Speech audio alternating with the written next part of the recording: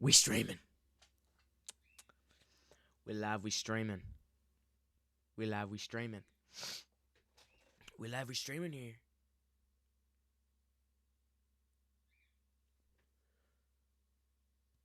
Fudge. Alright.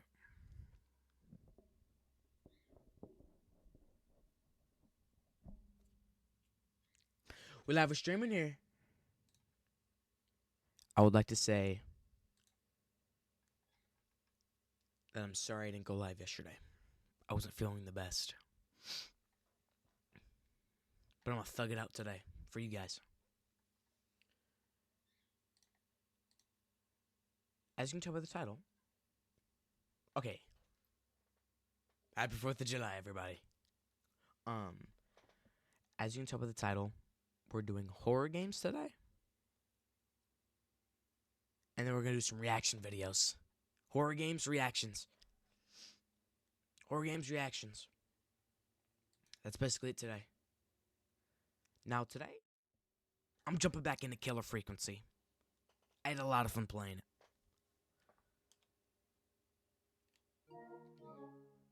I had a lot of fun playing this game. So we're gonna jump straight back into it. I got 2 people killed last time I played.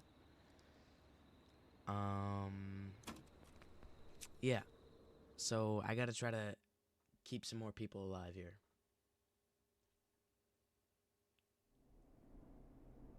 Where did we leave off? This part 2. Play a record, Forrest. Oh!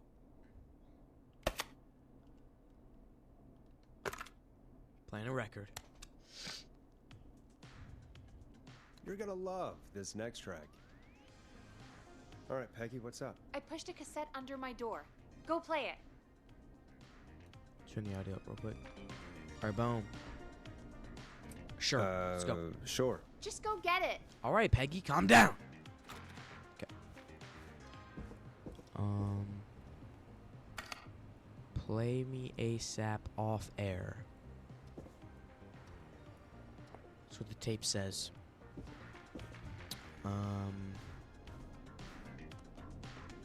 Okay.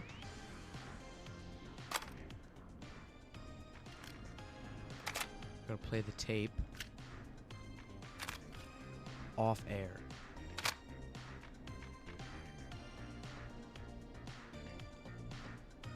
Come on. Alright. After this whole thing, if you die, you can play Fortnite because I know I'm gonna play Fortnite with you. I'm not playing Fortnite today, dude. I could play with you off stream though. That'll be like 2 to 3 hours though. I'm just doing this and then like maybe another horror game and then I'm gonna do reactions. Alright. Turn that down and play. Or try your call again. Ugh, straight to voicemail? My god. Are there any professionals at KFAM? This Me, is dude. Gina Franklin. I'm calling because your backwater station has not honored our agreement. We gave you Mr. Snatcher's newest single, the kind of honor you've never had and probably never will again. And we've still not received any information about when you're fitting it into your busy programming. I'll be frank, I didn't want you as Hello, part Frank. of this debut, but Mr. Snatcher, due to his prior friendship with Mr. Nash... Prior and current friendship, Gina. Forrest, mate, you alright? Don't worry about Gina, you know how she is. But yeah, can't wait for you to hear the new single, man. I think Final Breath is my best work yet. I really hope you and your listeners like it. And man, if you ever find your way this side of the pond, let me know. We'll have to catch up. Damn it, audio.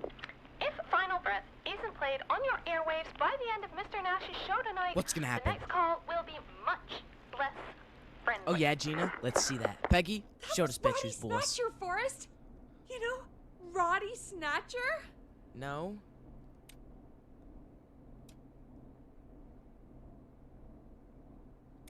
Yeah, Roddy and I are old friends. Who? I love Roddy. I Will Always Find You was my song. I wish we still had it in rotation. Oh my god, I can't believe you know Roddy Snatcher. Yeah, but he's my best and I friend. can't believe you didn't tell me he sent you his new single. We have to play Final Breath. Where is it? I don't know. They mailed it to K-Fam, not to me. Then it's gotta be downstairs at reception. All right. Man, I can't believe Barbara didn't say anything. I mean, well, if that fiasco last Friday about the missing Knife and Easy track is any indication, folks at K-Fam aren't against holding Poppin' low, station gang. music for Is personal that use. trademarked? I'm gonna get I sued. think we're still missing a few tracks, actually. Well, go get Roddy's song before Gina sues the pants off us. She's gonna sue us if we don't play the song. That doesn't even. Okay.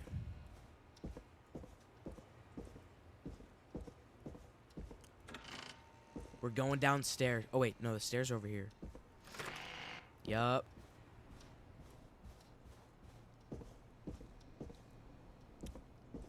She said at some kind of computer.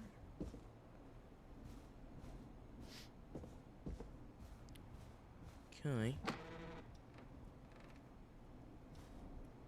Man, there ain't no damn computer down here.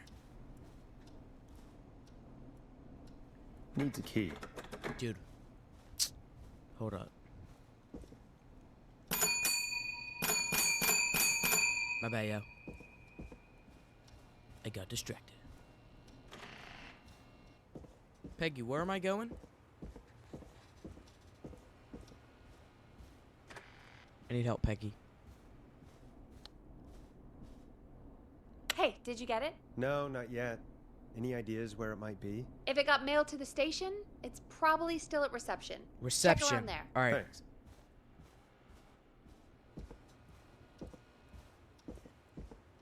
What did you just close? I don't know.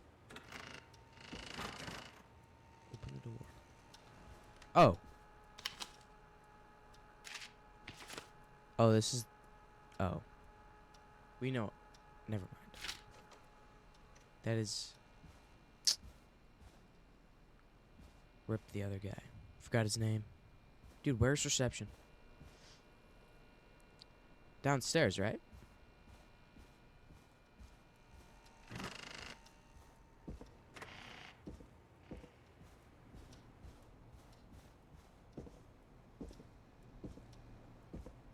Am I tweaking?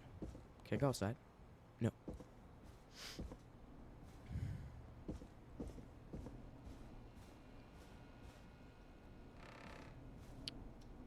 Dude.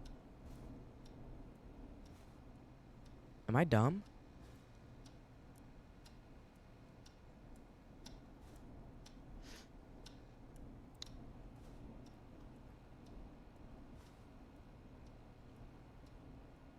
Dude, am I stupid? Where's the damn...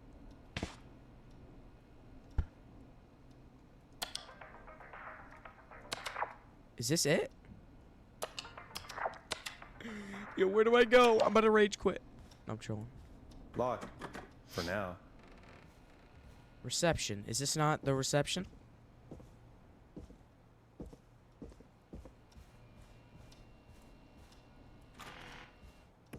Dude, am I stupid?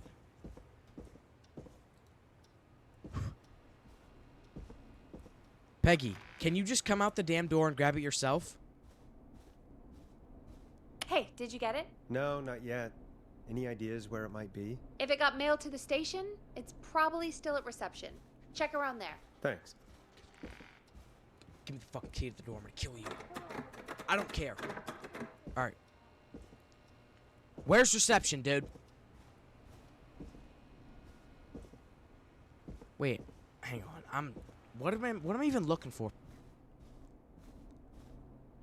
Hey, did you get it? No, not yet. Any ideas where it might be? If it got mailed to the station, it's probably still at reception. Check around there. Thanks. I'm 7 years old. Stop coaching. Yep. Yo, Gabe, you in here? Yo, Gabe, you in here? You know what to do. Gabe, are you in here? You know what to do. Yo, Gabe, you in here? You know what to do.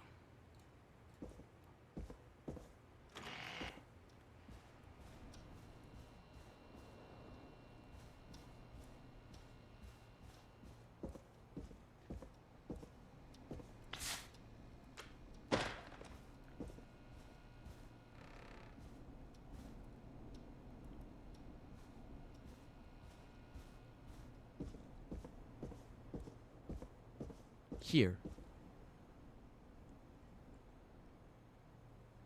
Bro, am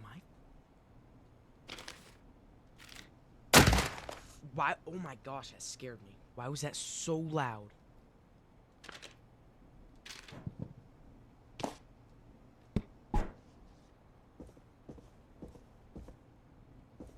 Dude.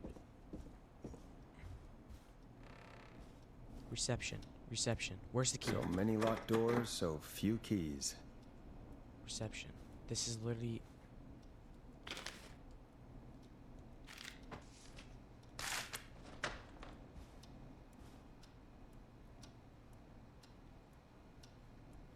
I'm dumb. I'm dumb or something. I don't know where I'm going. Is it this?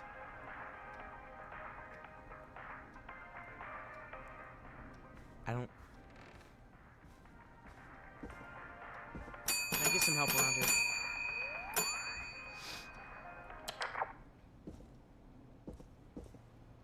Okay, here we go.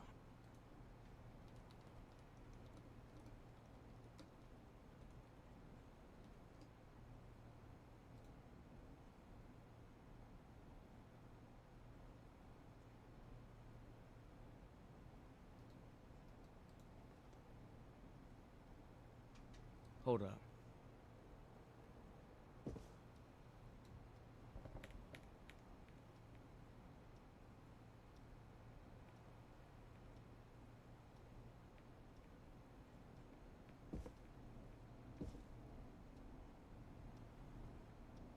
I'm just looking for it, chat. Hold up.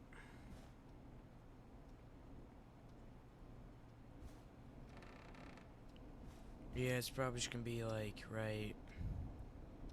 Probably just like.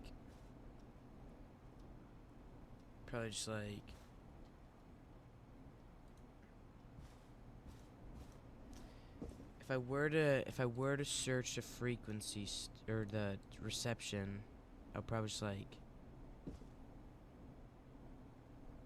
Probably look. Probably just look like.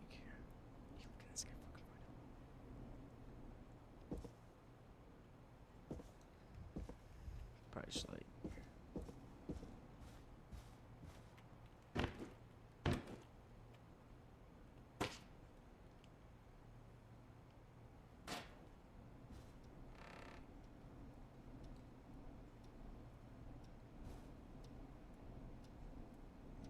Excuse me. Yeah, it's probably just like right here, probably. This must be it. Final breath. I mean, I knew My exactly where it tiny was all the time. selection I just wanted to grows. like, you know.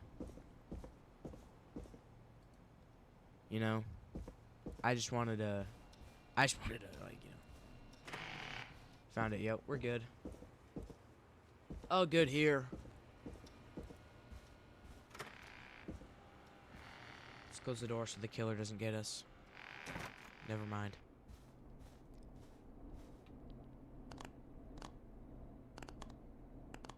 Alright. I found it, Peggy. Hey, did you get it? Got it. Let's get this on the air. Gallows Creek. I'm pleased to say we're in for a much-needed treat. Up next, courtesy of the British sensation himself, is a track you won't hear everywhere. Here's Final Breath by Roddy Let's hear this Snatcher. banger, yo. Oh.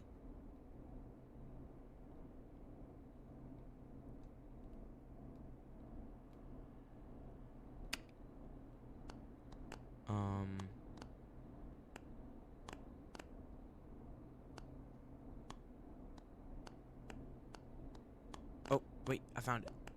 Wait. Here we go.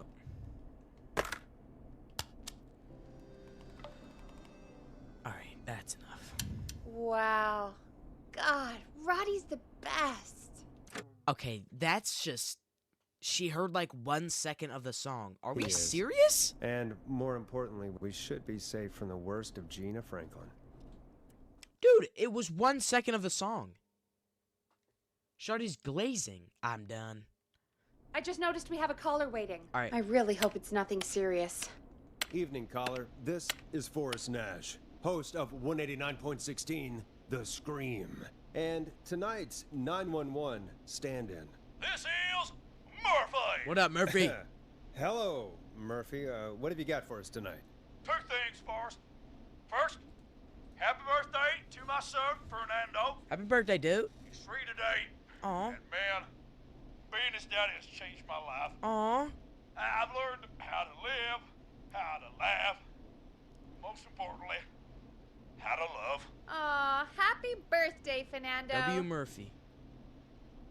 Weird. It's not. Dude, what? Happy birthday, Fernando. Thanks. And now, my other thing. I'm putting the word out to this so-called killer. Oh my gosh. You think you're tough. Oh my gosh, she's calling out the Big killer. man with a big knife, huh? Reuben, come face me, a true warrior at the Gallows Waste Disposal Plant. Dude, Guess what? no. This is a bad idea, Murphy. I got all the tapes. No. Master Robbie's That's Dojo not gonna- series. So get ready, Whistling Man. Murphy, don't do this. You just let loose the junkyard dog.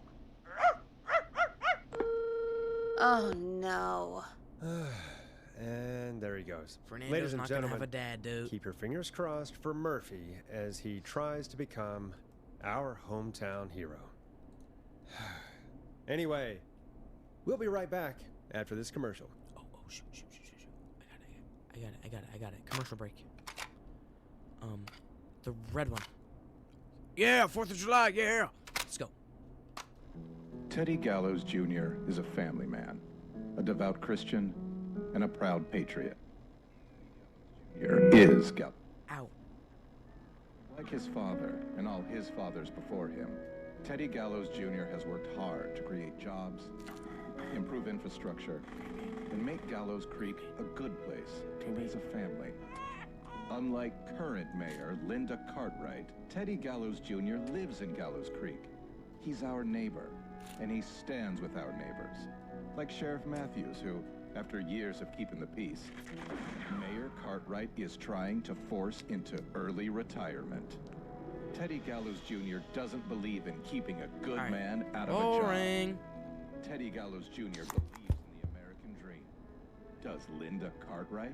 Can I get a phone call from somebody? Teddy Gallows Jr. wanting keep help? Gallows Creek a good American I want to save town. one person tonight, Help him dude. become mayor. Take a swing for Gallows Creek. Vote for Teddy Gallows Jr. My name is Teddy Oh Gallows, my. and I approve this message. God, what a jackass. 100% grade A asshole. Linda guys. Cartwright isn't super herself. She's not. Yeah, we don't have any more of those ads to air tonight, do we? No, just the one. Good. Oh, I forgot I have about to this. ask, though, take a swing for Gallows Creek? He set the home run record for Gallows Creek High. Of course he's one of those guys. Yep, he played lots of sports back in the day, and he never lets anyone forget it. Right. Let's just get back to the show. Well, folks, hearing that reminds me that every vote matters. Cap. That ad really made me want to take a swing at Teddy Gallows.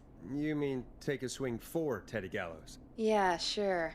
Let's find out from our next caller who's got their vote. No, got a caller. nobody. You know what to do. Hello, caller. You're live on the stream with me, Forrest Nash. Hello? Who is this? Oh my gosh, is he dying? Are you okay? Do you need help? Forrest? He called me? That horrible whistling down the phone. What? He's coming for me? Jesus. Shorty, run. Listen, caller, don't panic. We've done this a few times now. We can help you. A few times already? So, you saved them or... No. Well, you know, we learned a lot. Oh, God. We're gonna help you. Can you tell me your name, caller? I'm Dr. Sullivan. Virginia. Sorry. Take some deep breaths, Virginia. You're gonna be okay. We're gonna Please save don't Virginia, let dude. me die. I won't. Just calm down. Tell Hit me a green where bean you first. are right now. What's your address? I'm... Oh, God. Maybe you can hide in your house? He'll find me. No, he I won't. know he'll find me. Neighbor. Is there a neighbor you can call for help? No. Bruh, Everyone's away every tonight. one of your neighbors is There's gone? Just a fraternity down the street. You live by a frat house. Yes, they're having a party and takeout coming in all night. Lawn covered in beer cans. They're getting wasted. And I'm about to get... Oh, God. Bro, Virginia, you're fine. what's the name of the frat? It's... Oh, God.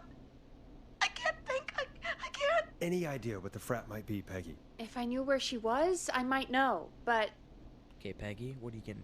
wait, the Never mind. takeout. If we can get takeout to the frat, we can get a message to them to go and help. Virginia, who did they order takeout from? I don't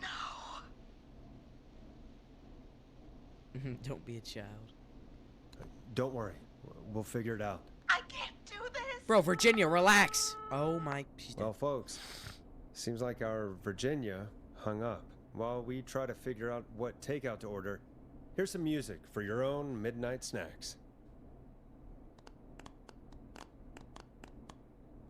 Storm Riders.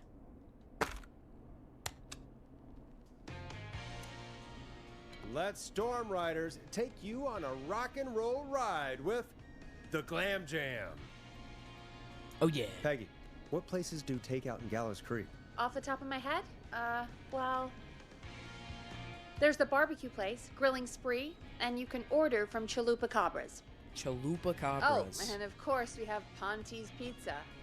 That's it, I think. All right. We'll call each place and ask who they deliver to tonight. That's not going to work.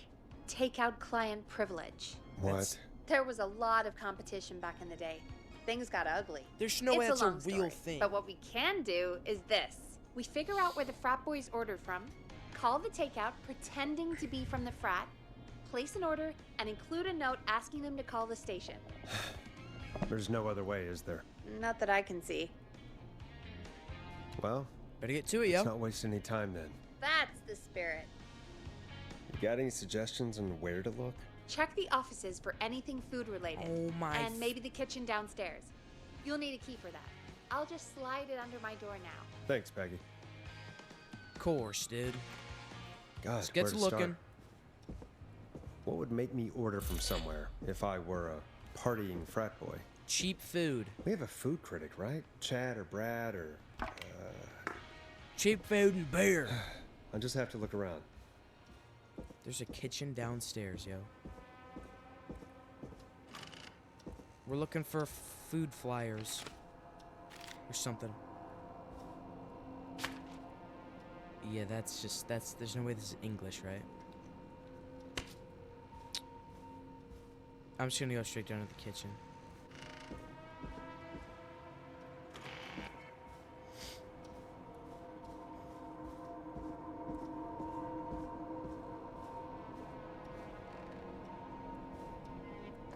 Oh, we got this unlocked. Let's go.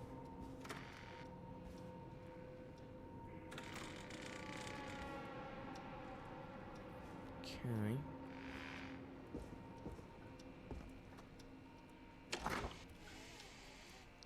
Two beers and milk in the fridge.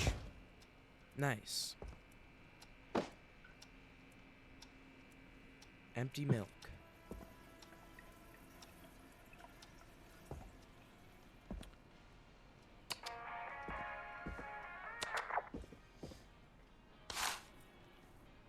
Any... Nope. What the heck? This magazine is scary, yo. Alright. Food flyers.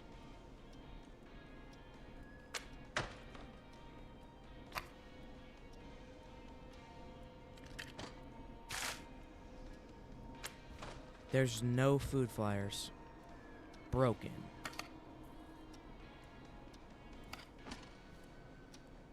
Out of order. Does anything in this damn studio work? Or building? Napkins?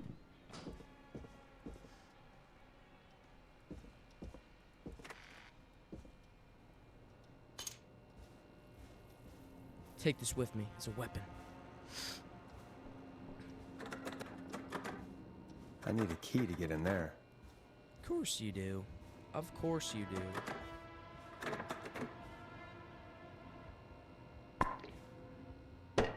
My bad, yo. Alright.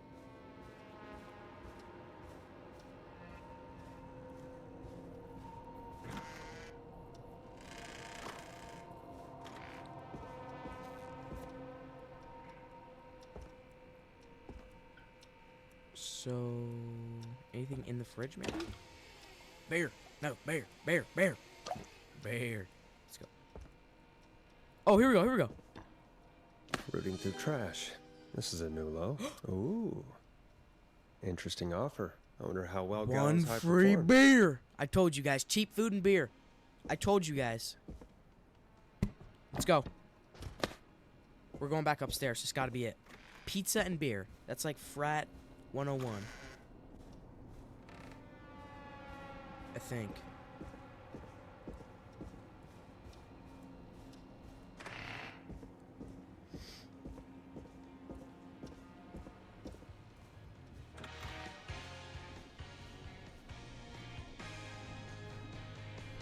Hey, find anything useful?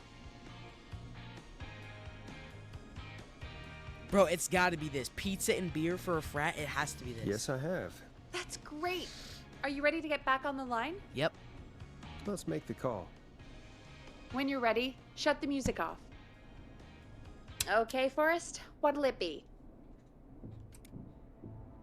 Call Ponte's Pizza. You got it.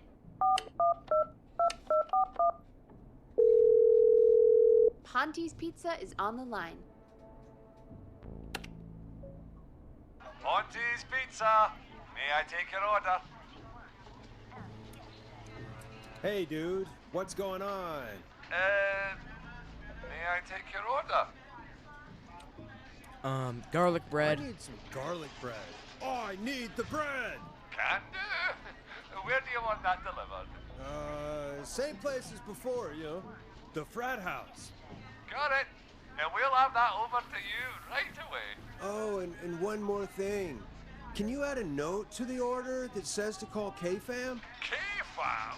Oh, consider it done. The folks at K-Fam are huge fans of Ponte's Pizza, you know. I should really call them and let them know. And now we wait. We should put a song on. Agreed. This one goes out to our delivery workers.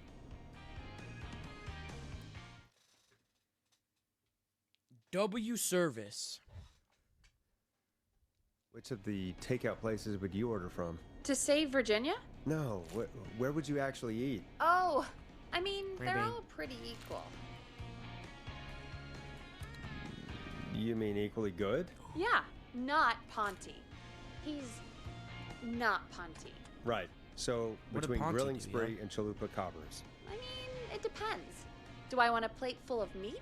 Or do I want really, really good nachos? It can change depending on the day, you know? Yeah, fair enough. I don't know. Maybe I... Hold that thought, Forrest. We've got a call coming in. Oh, all right. Okay, Forrest, shut the music off. Hello, caller. You're live on The Scream with me, Forrest Nash.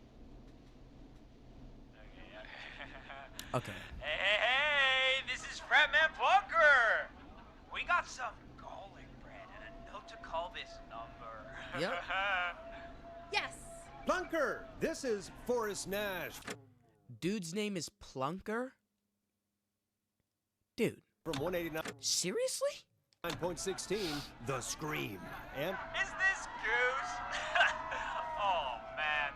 It's totally you, isn't it, Goose? It's not Goose, This dude. is such a Goose prank.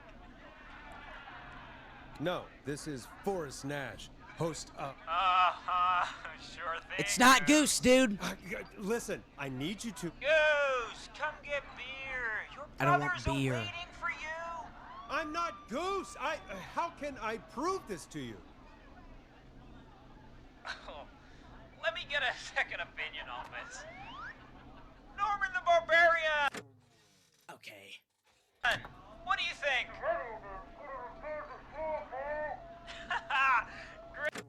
Plunker, Goose, Norman the Barbarian. Great idea. What are these names? Norman the Barbarian says only the radio man can control it. So, play us the flow. Wait, really? The flow? Norman the Barbarian demands it.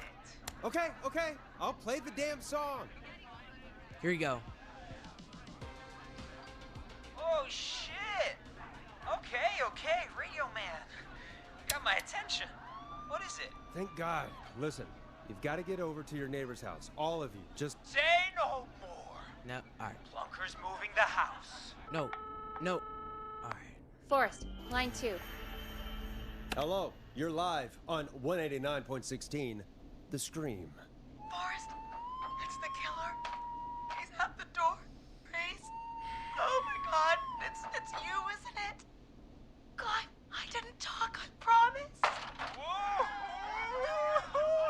Plunker! Party has arrived! Oh, thank God.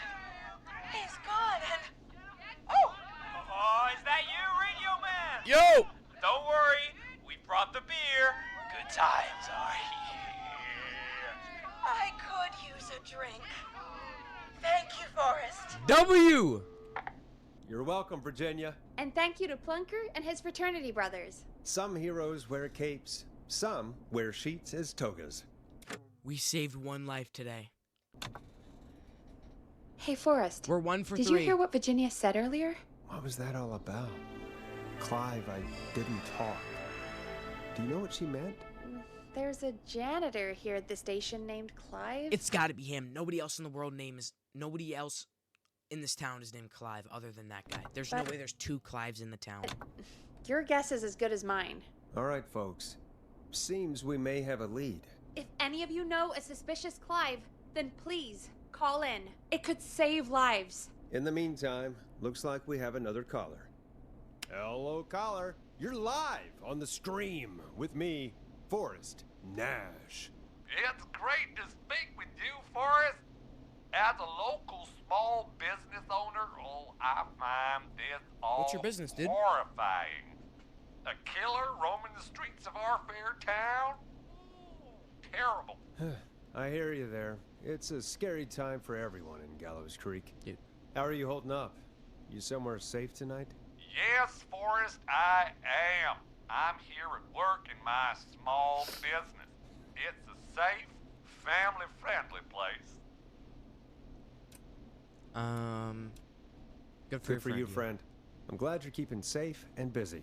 Thank you. Oh, I'm really living the American dream. Yeah. Here in my business.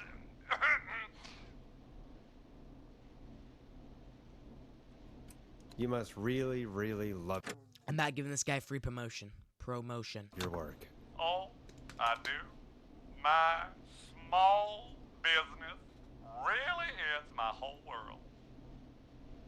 What's your small business? Oh, well, I'm not really big on promotion, but since you asked, it's Ponty's Pizza! Nope. The best little pizza place in Hang up. town. Come on down. Hang I'll up. get Hang you up. some Hang cracker up the deal phone. on Hang up the one phone. plus Hang up the God damn phone. it, Ponty, no! No free ads! Yo. I mean, I guess we can't be that mad Bro. at him. Calling Ponty's did save Virginia. I can be mad, Peggy. That sort of thing just... I can be mad. Look, he's gone now. We already have somebody else on the line. Just take a deep breath and let's keep going. Evening, caller. This is Forrest Nash, host of 189.16, The Scream. And tonight's 911 stand-in. Hi. Hello? What's Am up? I on air? Sure, Yep. our caller. What's your name? And what have you got for us tonight? Name's Eugene Stein, and I've got a heart full of love, Forrest. That's good, Eugene. I'm hanging out in the middle of the maze, listening to your show, looking up at the stars and waiting for her. You got a special lady coming out to see you. Yeah. Molly. Okay. We planned to get lost in the maze tonight. To take our first journey together into the love labyrinth. That's why I'm calling, actually. Okay. I thought she'd be here an hour ago. Yeah, you got stood up, dude. And since I've listened all night to how cool you play it, I thought you were the perfect guy to ask. Should I call her up and ask if she's coming, or wait and see? Call her, For real, dude. kid? If you've been listening all night, do you really need to ask me? Yes, that's why I'm calling. Ah, what the hell. Stay and wait. Forrest, that's a terrible idea. Be quiet, Peggy. Eugene, please go home. No! Your parents must be worried sick. My parents are dead, actually. But, Oh, jeez. yeah, I guess it's not the night. My bad, Eugene. Hang on. I hear some rustling. I guess she came after all. Molly! I'm in the middle! It'll take a little while to get here, but, thanks again, Forrest. It's been good talking. Wait. Eugene. That is not Molly, dude. Oh, no. Second. Molly can't whistle. No, this is supposed to be the best night of my life. Not the worst. You're dead, dude. Stay calm, Eugene. I'll get you out of this, bro. Carm! I'm about to die a virgin! Listen, Eugene. No, breathe. No, that's okay. Hide and call back in a minute. We'll get you out. I'll do it for Molly. Do it for Molly, yeah. Please, hurry. Well, listeners, while Peggy and I deliberate, here's a track for all you lovers out there. What's a good track for lovers? Probably...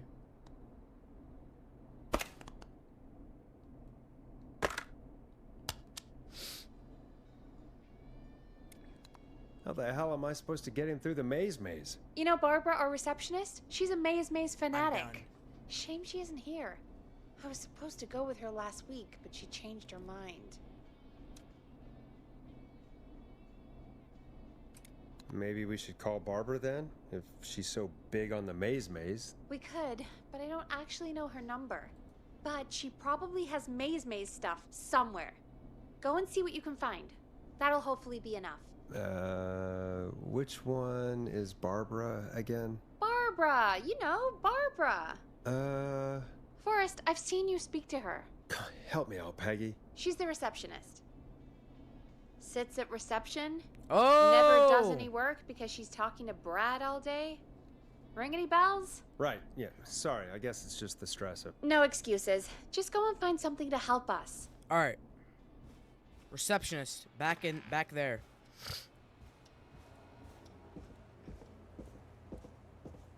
Wait, I think I know what I'm looking for. I'm gonna find it in 2 seconds, chat.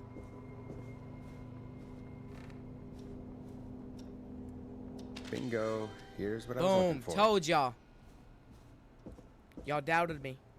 I told you I'd find it. I told you I would find it. The maze poster. Map. Any luck? Yeah, I found a map for the maze in the trash. Why was it in the trash? Never mind. It doesn't matter right now. That's a question for Barbara later. Eugene called while you were away. Alright. He's on line 1. I'm gonna save Eugene. Time to turn the music off. Yep, I always forget that part. Peggy. Welcome back to 189.16 The Scream. I hope you lovers like that track. And I hope we can help our lover in the maze. Eugene, you're back on air. I'm lost, Forrest.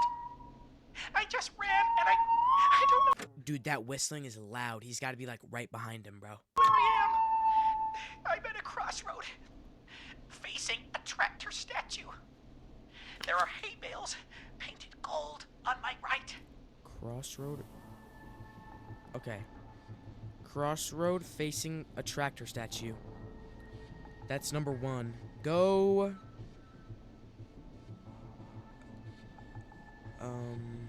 to his right. Go forward. Wait, no. What the fuck? Left? Go left.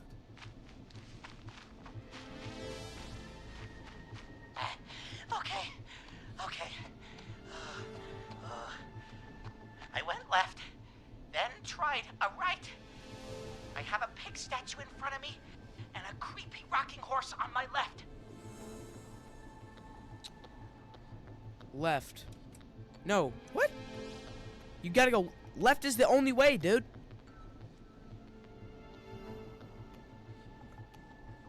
No, because he's gonna die. He's dead. Backwards. Go backwards. Oh, God. Why didn't I just invite her over? I'm at a crossroads. There's a pitchfork statue up ahead. Which way? How the Up ahead's left?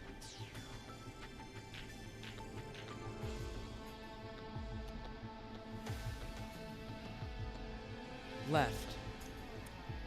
Go left. Oh, this wasn't how tonight was meant to go. Where's the exit? I just wanted some love. Bro, it's okay, Eugene. There's a tiny barn in front of me and a scarecrow behind me. Nothing to my sides. But what? Go forward. Oh fuck! Oh shh! Okay. Oh, Here I go. he's dead. I got him killed. He's dead. Right. No. I didn't no, mean to pick I'm that. going back to where I was. Jesus! Oh shit! He's cutting through the walls. Where do I go?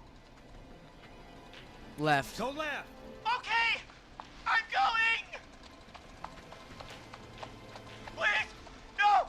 Oh. You don't have to do this. Ah! I think I'm gonna be sick. Oh.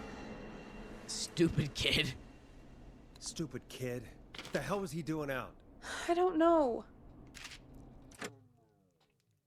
Chat, I'm 1 for 4 on saving lives tonight. By the way, why do you think Molly Bro, just helping the killer. Okay. missed their date? Do you think she's okay? Unfortunately for Eugene, I think she probably never left home. I'm 1 for 4 on saving people, dude. Thank you for calling in, Mr. Walton. We'll make sure to add the town librarian to our list of suspicious Clives. There's Remember. no way there's more than one Clive in this town. Report a Clive to stay alive. Okay. Next caller is up, Forrest, so take it away. Alright. Caller, you're through to Forrest Nash on 189.16, The Scream. Hey, wonderful show tonight, Forrest. Thanks. Thank you. That's really wonderful of you to say. What's your name, caller? You can call me Dawn. Could you play my tune, Forrest? Your tune. Sure. Long Ride Home. That old song. Sure. We got it. I think I played it the other day. Thanks. It'll be Right good to hear it again. All right, folks. Coming up is that old classic. Forrest, I don't think you're gonna find that song. Why, What do you Peggy? mean? I played it a few nights ago. I know, but, we don't have it anymore. What are you talking about? I threw it away. Why? You threw it in the trash? No, I threw it out the window earlier today. What? Peggy, that's a bit extreme, isn't it? Brad was annoying me all afternoon. I don't give a Played it on shit! repeat because he knows I don't like it. Oh my gosh. So I grabbed it and threw it right out of one of the office windows. Not my finest hour, but I can only take so much. For shame, Peggy. I'm For upset with shame. Peggy right now. I know. Let's just play a different song. We've got more important things to think about anyway. Gotcha. Okay, folks. Here comes some unrequested music. Sorry about that, Dawn. Maybe try again tomorrow night. Sorry. Moonlight. David Scopo. It's David Scopo with Moonlight. Shit is ass. Ooh, hold Of up. all the songs to request, why did it Peggy. have to be that one? Gee, Peggy, what did the barn finds ever do to you? Trying to hear you. Wrote that song for one. It gets Can I real hear the- old when Peggy. you're forced to listen to it on repeat for years. Why couldn't they just request Roddy? Oh, Forrest, scrap the song. We have another caller. Shut.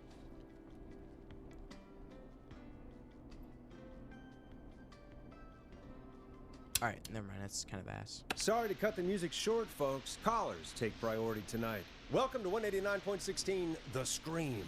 This is Forrest Nat. Forrest? Oh, thank God. It's me again. It's Murphy. Murphy! Mr. Dojo. Hey, how'd it go, Mr. Dojo? Oh, the killer got me, man. Why did I ever trust a guy named Master Robbie? I warned you not to. Hindsight is 20/20, okay? Is this guy serious? Forrest, we need to do something. Goddamn piece of... He came for the Gallows waste disposal plant. Beat on me, man. Carry me inside and lock me in a dumpster. I got a flashlight, but... Oh, goddamn. I smell smoke. Oh my gosh. I think he started a fire. Hold on, Murphy. We'll call for help right now. You gotta hurry, man. I need someone here now, or I'm gonna die. You're... Oh my gosh. Peggy, get the fire department on the line. On it. All right. Now just... Come on, pick up. Hi. Yes, I'd like to report a fire over at the Gallows Waste Disposal Plant. It's an emergency. Yeah, he's dead, bro. He's dead. What do you mean it's not operational? Why is there no backup vehicle? He's gonna die. I'm sorry. Oh, god damn it! Forrest, that evil son of a bitch slashed the tires on the town's only fire engine. They can't do anything. But I have a few friends who live nearby. Maybe one of them can save Murphy. Call him up! Where do they live? My friend Alex lives on the corner of Haddonfield and Romero Street. Call up Alex, and Catherine lives on the west end of Myers Lane. And there's Jericho on the east end of Myers Lane. But he's... old. Really old. Okay, I'll check the map, see who would be best to do this.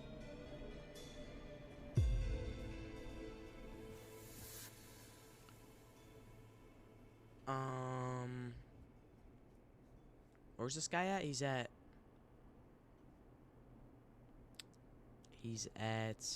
Wait, hold up. All right, Forrest, who should I call? Who can help Murphy? Where is Murphy again? Forrest, really? He just told us he's at the Gallows Waste Disposal Plant. Okay, Waste sorry, disposal. I forgot. Right here. So... I don't know. All right, Forrest, who should I call? Who can help Murphy? Alex. Call Alex. All right, give me a second. I just knocked you guys out. I'm so sorry.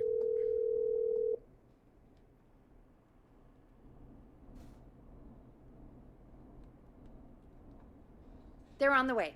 They'll call from the plant. You can direct them from there. Well, let's hope they get there in time.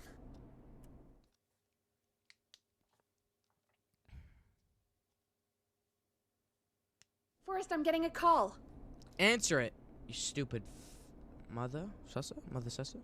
Are you sure you can't? What's happening, Peggy?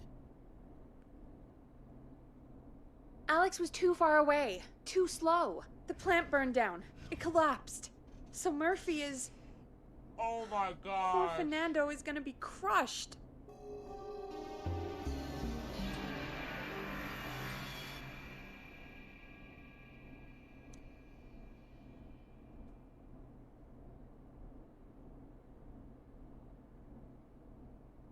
What do we think of this choice?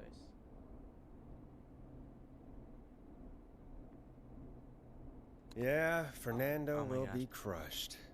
Just like his dad. So, poor kid.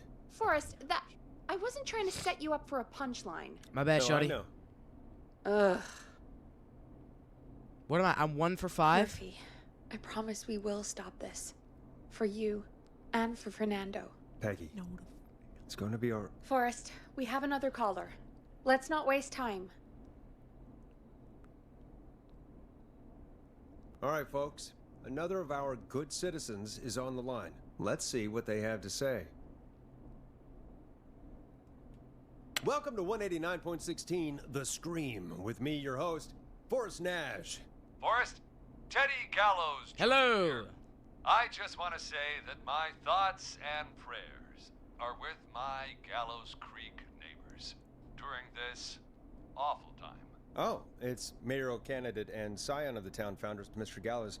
Are you in danger? We need to be a town of law and order. We need cops who have the tools and funding they need to keep us safe. Okay, Teddy. I know you're an outsider to our little town here, Forrest. Okay. But you're really stepping up to bat for us all tonight. I just want to say thank you for taking a swing for Gallows Creek. No Jackass. No problem, bro. Right. Thanks, Teddy. Now, are you... Teddy, you lowlife. This is not the time to promote your damn campaign. No. I just want to make sure our town is safe and prosperous. That's why the Gallows Family Factory, founded by my father, Theodore C. Gallows, God rest his soul, which employs over 200... Teddy, unless you've got an emergency, I'm cutting you off. You know what? I do have a problem. Whoa. A problem that's ruining our town. What is it, yo? You know what it is? The Whistling Man, probably? Yeah, how about the goddamn serial killer? The problem is that woman, our current mayor, Linda Cartwright. Oh, here we go. She just isn't one of us. Linda Cartwright is un-American, unstable, and... You're not better than anyone, Teddy. Just because you inherited half the town. Your producer sounds a little unstable, too. Shut up, dude. Don't you dare speak to me that way. Cut him off, Peggy. I can guarantee this kind of thing will not happen when I take Teddy, office. shut up. Cut him off, Peggy. The moral decay of... And that's enough of Teddy Gallows Jr. for one lifetime. Facts, I always feel disgusting after hearing him talk. Just play an ad, Forrest. I need a minute. We'll be right back after these messages.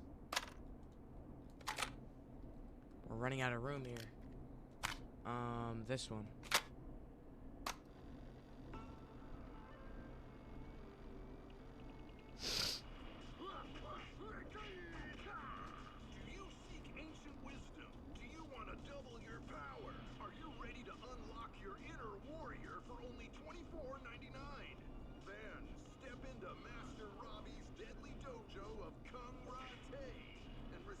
What? Video warrior instruction from me, Master Robbie.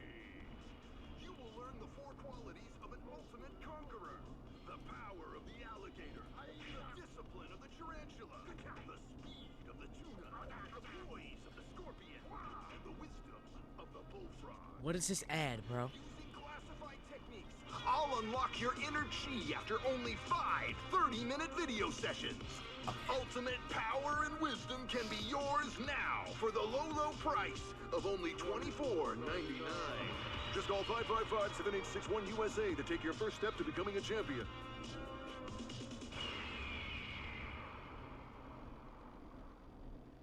Never forget the element of surprise. If you buy today, you'll receive 2 additional VHS tapes. The Tornado Technique and Karate Lovemaking. Call today. What? Jesus, you know, after what happened with Murphy, I think... Yeah, we should take that out of rotation. Kind of a shame, though. It is pretty fun. Yeah, I bet karate lovemaking sure is something. Stop. Is Forrest Nash at a loss for words? Yep. Let's just get to the show. Apologies, folks. We must have left that tape in rotation by accident. I think it's fair to say that's one deal you can skip. But what you can't skip is what our next caller has to say. Caller on line 1. Alright. Chat, W killer frequency segment. W killer frequency segment. Now, I think it's time for some reactions. I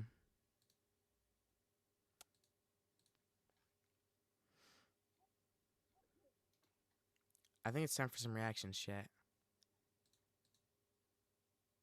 Reaction time. It's reaction time.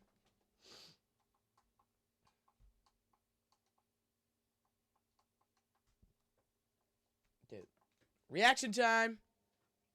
Chat, it's reaction time. Let's go.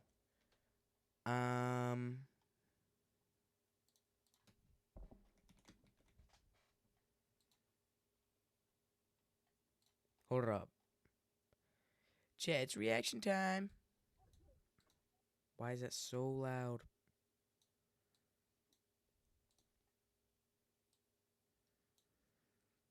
It's reaction time. Sorry. Excuse me. Chat, it's reaction time. Fudge, bro, this mic is annoying me.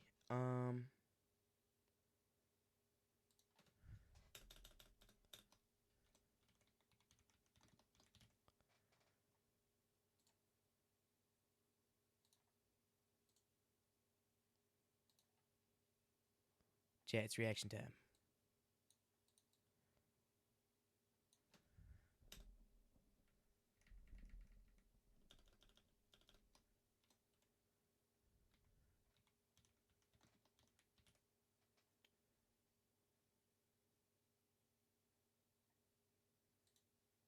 First video.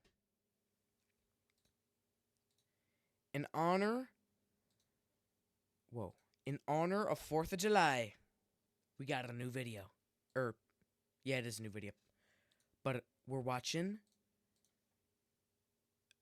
a 4th of July video. Alright. First video of the day.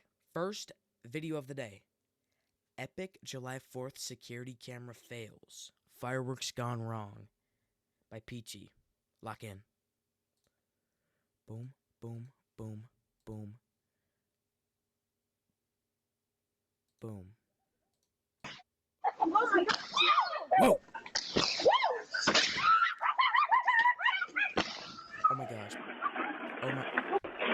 How the.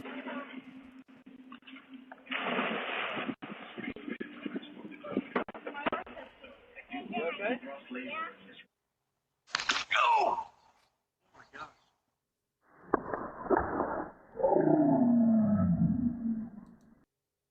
That wasn't very. Alright. Okay? Yeah. Yes, it is. He's not okay.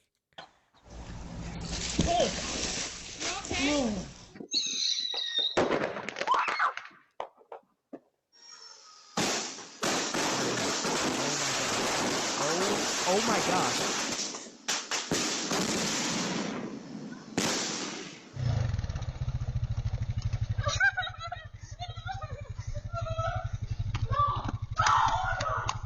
A horse.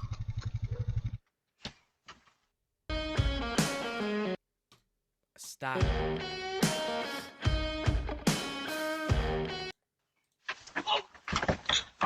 How? Alright. Bro, I thought. Wait, hold up. This video's kind of mid. This video's kind of mid. I thought it was just gonna be like firework fails.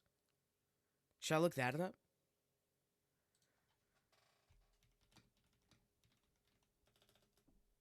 This is people just falling into pools, bro. What the? Okay. Okay. Are we serious, bro? Is this seriously? Okay. There's two. Okay. All right. We'll just watch this one. That other video was mid, bro. It's just people falling into pools. I thought it was just gonna be like firework fails. All right. First video of the day, firework fails, funny compilation. Try not to laugh. Everybody, when celebrating 4th of July, you got to remember, dude. Remember to be safe, bro. Whoa, this got me glowing. Remember to be safe when handling fireworks. Let's get into it.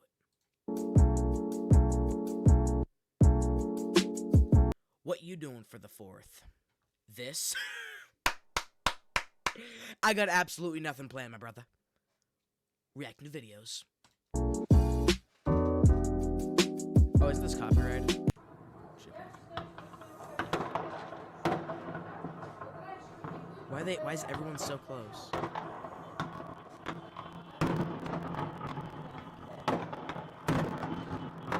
Why is the audio?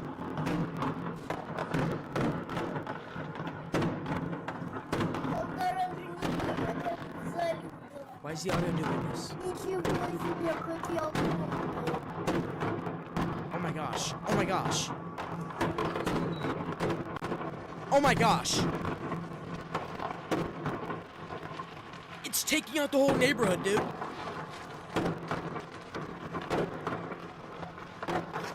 Why is the audio doing this, bro? It's probably just the video.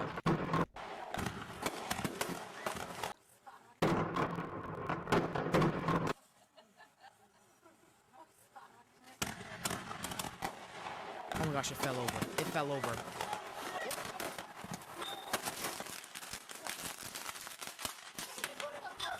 Hold up. Is it my headphones? My headphones might be busted. Not playing. Hold up. Firework fails. Here we go.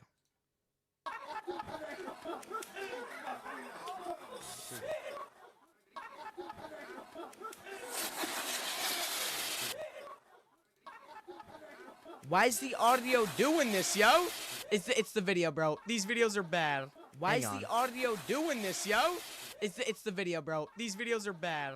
Why is the audio? Holy smokes, bro. What is the? Okay, dude. I gotta. These are just videos I looked up. I didn't plan on any videos, dude. Hold up, yo. L Production, chat. My bad, yo.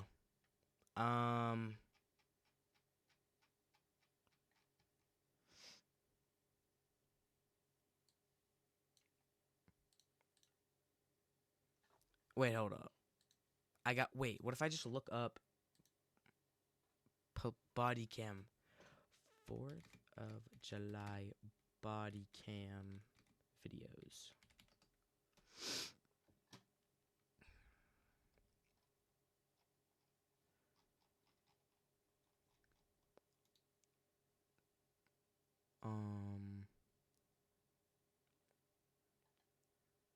Alright.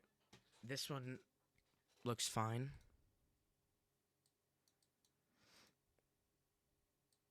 This one, I don't know. Jet L Production, I know. Alright.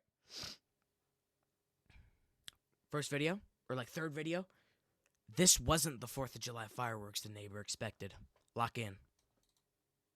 On July 4th, 2024, police were dispatched to a vehicle crash to perform a DUI investigation. Ma'am, can you come over here real quick? No, I can't. Can you come here? Can you come over here real quick? I can't. Can you come here? What do you need? Can you step over here? I just want to talk to you. I cannot. Can you come here? I just want to talk to you. Can you come over here? Can you come right here? What do you need?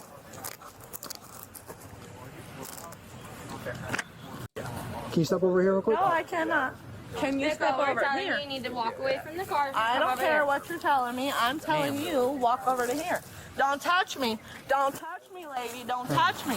I'm not doing nothing. I'm standing right here. Come on. No. I'm right here talking to him. Nicole. You don't have to pull me. Nicole. Get off of me. I'm right here talking to him. Whoa, You don't have whoa. This girl needs to relax. What is her problem?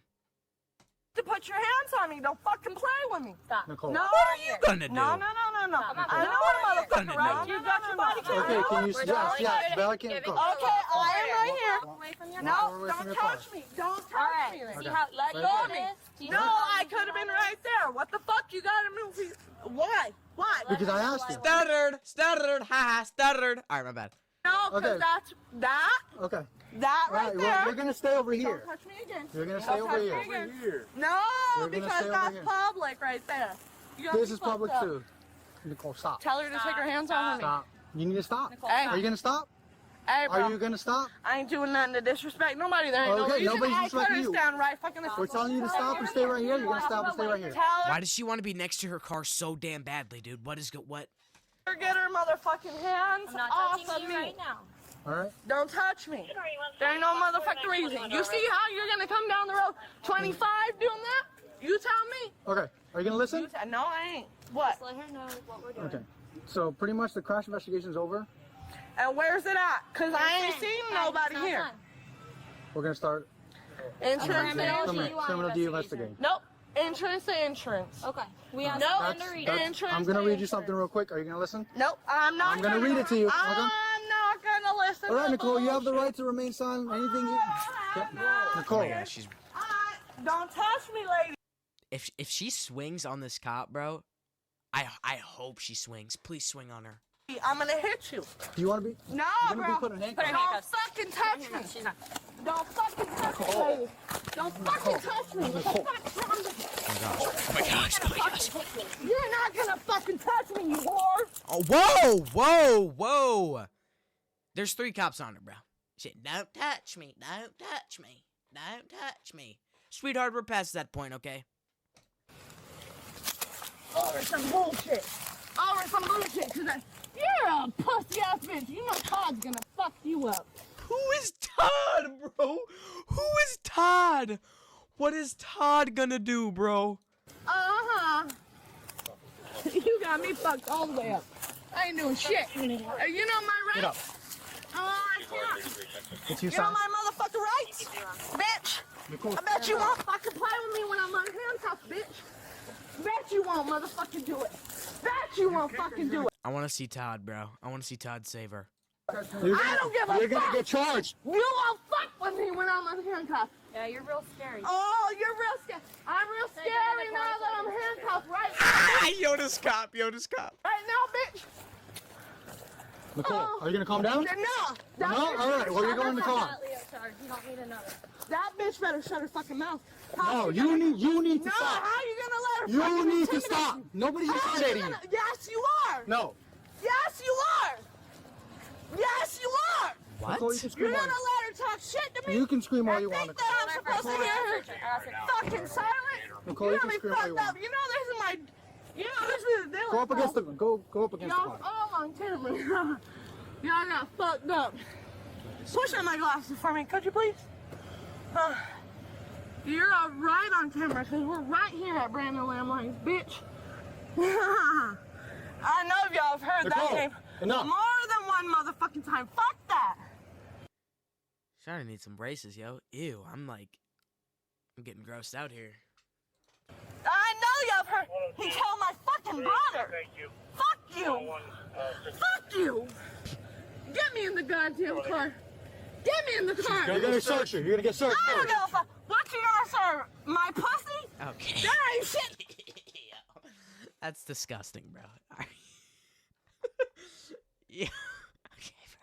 Sir, don't touch me. Hey, bro. stop Don't kicking, Nicole. have her Stop touch me. kicking. There ain't nothing to search. Get her off of me. I'm not doing nothing. You're. I didn't kick shit. Yeah. I'm going like this. Can you listen to me? This is me going like this. This is my privacy.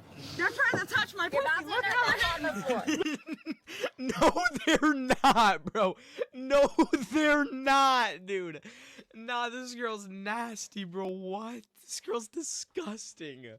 No one's trying to touch you there, bro. Ew, dude. Look how they're hitting me, bro. Look how they're fucking doing me. You're gonna do me like that?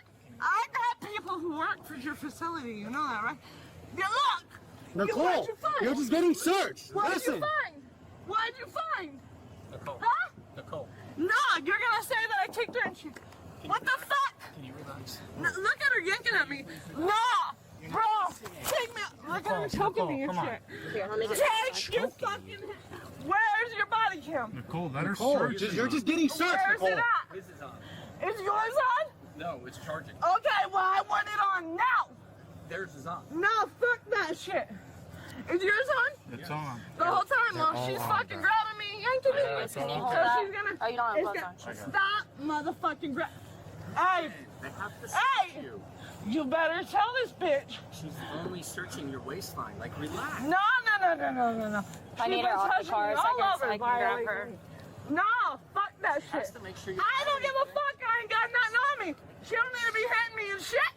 Nicole. She don't need that. Nicole. No! She don't need to fucking rough me up if I ain't roughing you up, bitch! Yes, she was. Yes, she did. I ain't got shit, bitch. I ain't got nothing, bitch. Nicole, Get if her you out. Stop cursing, dude. It's like, again. I'm not gonna kick. Get her off of me. Get her off of me. I ain't got nothing. Get her the fuck off of me, bro. Get her off of me. dude, Don't slam me, bitch. Nobody's slamming you. Hey, you just hurt my fucking pussy. On here, bitch. what? What? You just hurt? What? What is with this girl and... No one wants anything to do with that, bro. What? Yeah, I get it, bro. Bitch. Push on my fucking... Honey? Where are you going with all that? Gotta renew our passports, and lines at the renewal office can be super long. Look, what did I tell you? My female DUIs always want to fight.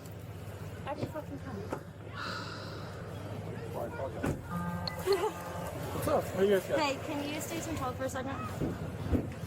She's really fucking tough. You're gonna get sprayed. Don't do that. No. You guys check him at all? Huh? You guys check her cuffs? She's fighting me. She kicked me 3 times. You gotta get pepper spray to do that. Keep kicking and you'll get pepper spray. Pepper spray her ass. She kicked me 3 times. Ended up on the ground. I'm done with I it. took her down and yeah, she's. Keep there's kicking. there's no Pepper talking spray to her. at this point. We're done. If she kicks, let us know. I'll come spray. 446. Pepper spray.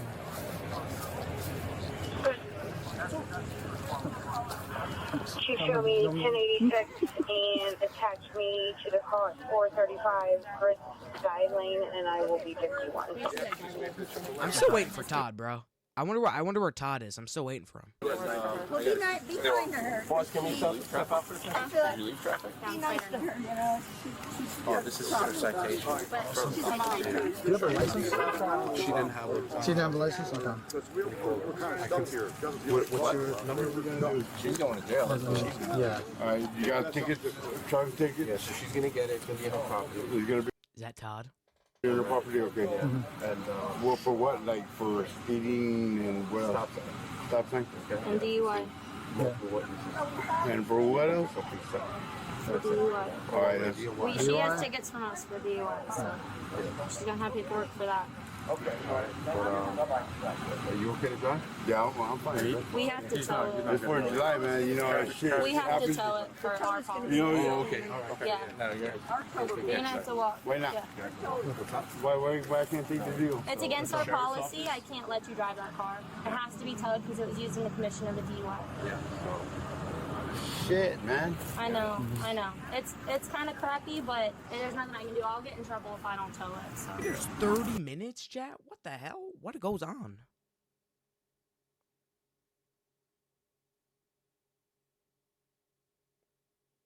My bad. Oh. You have the keys? I'm Sorry. I should just watch it. You live close If by? you have something of value in there you want to get out, you can. Yeah, I live down 2 blocks. Yeah.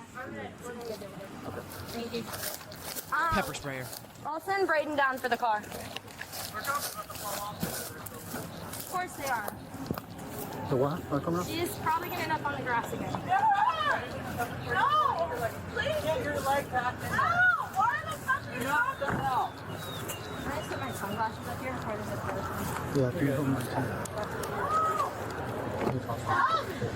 My shit! Just loosen it! It hurts so fucking bad! You said they're about to fall off. I mean, they're not gonna come off, but they do not need to be looser than they are. Like we need to tighten them? You coming? Yeah. Okay. I mean, they're loose. Okay. Tighten them a little bit. Great. Do not take them off to loosen them. Just unlock it once to unlock the double lock, tighten it, and then double lock it. Hang on, we don't have gloves. Yeah. She ain't messing around, y'all. This girl's a professional. She's not flipping around. I gotta One get my second. gloves on real quick. Phaser, pepper spray. I'm gonna get my key real quick too. Just give us a second. Here. Can you have the paperwork? And the tape. That's impressive, that stayed on your belt. Well, my tape.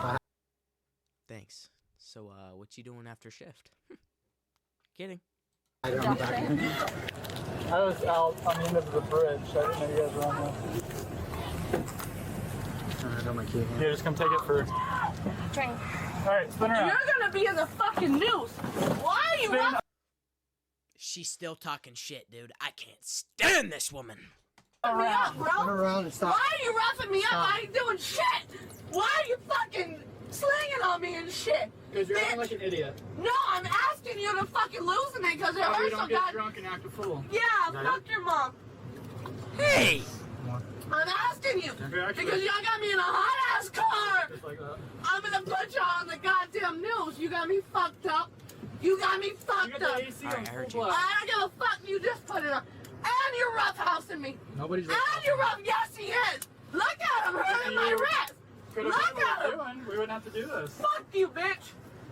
Ain't nobody doing nothing. Alright, now but let's sitting talk here properly. asking you to loosen me up. Nicole. Look at what he's Nicole. doing to me.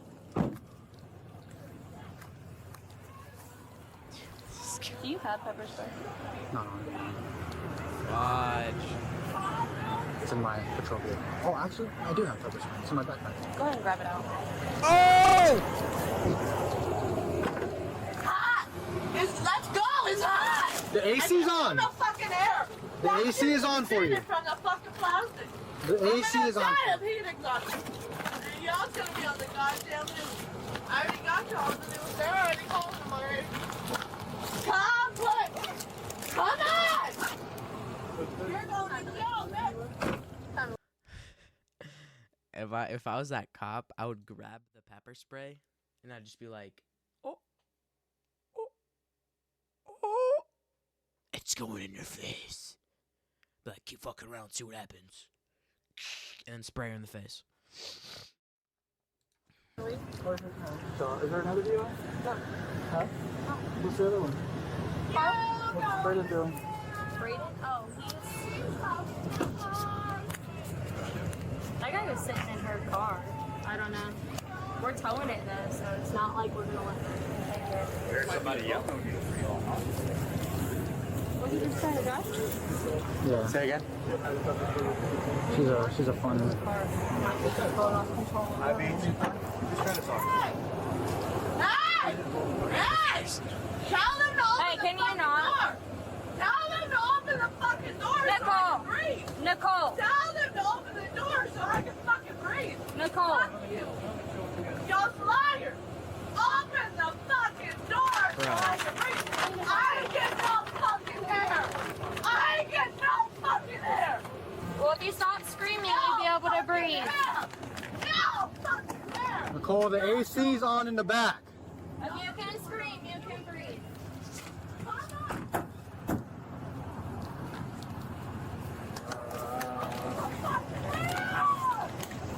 Bro, open the door and toss in like a flashbang or something, dude. She's saying give her ear. Yeah, she can't breathe. Don't you tell? You got a hobble with you? Yeah, I'll have a spit mask if you need it, too. Spitting, she's kicking. Just kicking, yeah. She kicked me, what, 3 times? 3 times, yeah. Like that? Or bad on the heels? Yeah. Reagan? And she's drunk. Yeah. Actually, I have one. Sorry, so, yeah. It's in your bag. Actually, I think it's in my bag. And what are my charges? Yeah. What are my charges? I want to know. I haven't been read my Miranda. Yeah, you were. Yeah, you were. Yeah, you were. She was read her Miranda rights at the very beginning of the video. He was like, "Can I read?" This is her walking away. He was like, "Can I read them to you?" She's like, "Nope, nope, nope," and walking away. I want to know. So I'm sitting in this car for what reason? Against the law. Put her legs through there. Pull it tight to the door jamb and to the front door jamb. They didn't run me my Miranda. They told me my charges. Push my glasses up for me, please. Please, they got me in this hot ass fucking car, sir. Please, look at them. They're telling me for no reason. They're not telling me nothing. Look at them. No! No! Don't let them do this. Beth, please don't let them do this. It's hard. I'm trying to. Look at him. Officer! Officer! Officer!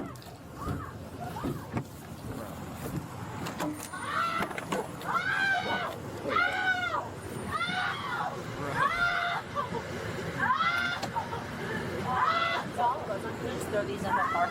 So, thank you. I appreciate it. Yeah. The one behind it. Nothing in there to hook it to. So. Nothing in there. There's no metal piece underneath the seat.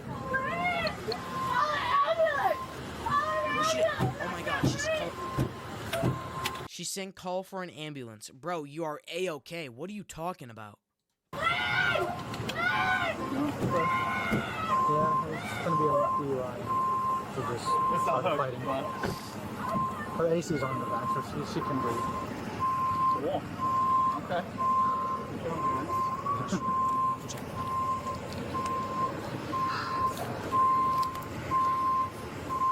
Loud ass. Oh, why is it so freaking hot today? I'm dying. Yeah. I'll go check what they're gonna see.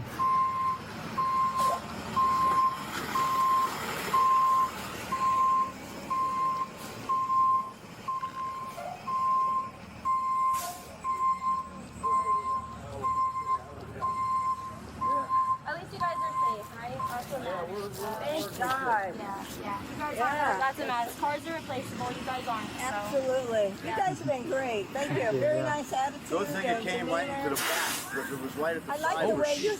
Oh, dude, they hit the hell out of him. That's actually, I don't know. Yeah, the She way would've they, got hit good. I think it was Palmetto. The way you treated her was with a lot of respect. Try and kill him with kindness, Well, it was good. It was good. Yep. Yeah, boy, she wouldn't shut her up. W citizens, dude. And the sheriff are very good too. Thank So you. are we in the county or the city right now? Or both? This is city. But we did mutual for each other. Oh, that's good. So, yeah. We Pinellas- help each other out. That's great. Pinellas and Clearwater are the same thing. We look out for each other. Wonderful. Absolutely, anytime. Hey, just make sure. I think it is a little hot back there. Just make sure the AC is it on full blast. It's been on full blast. It's Okay. crazy. It's too strong. I know. Is there? Bro, she's yelling like she's in a fucking like burning building or something. Bro, she needs to relax. Seatbelt on? No. Let's put her seatbelt on. Ready? Why are they hurting my feelings? Put my glasses on me, please. No. I have backfire problem. Please, officer. No, they're hurting. Put my glasses on me, please. They fell Where over are they there. at? Please. Okay. They're not helping. They just broke. They're not helping. They better not have broke. Because your goddamn facilities. You're gonna be responsible for it, bitch. Stop. Alright, you can probably go to the property. Bro, she sounds like she's in a burning Yeah, she did right building, now. dude. 2, 3, 4, DUI testing. 5, 6, 7, 8, 9, 10. 9. You said 9, right? You said 9. And then back. You said you didn't have any questions. I said 10. I said you said 9 or 10. Well, you took 10. I said I took 10. Continue. And then back until. Okay, this guy is clearly drunk. There's 1, 2, 3, 4, 5, 6. Go right down her point. Yes, Actually.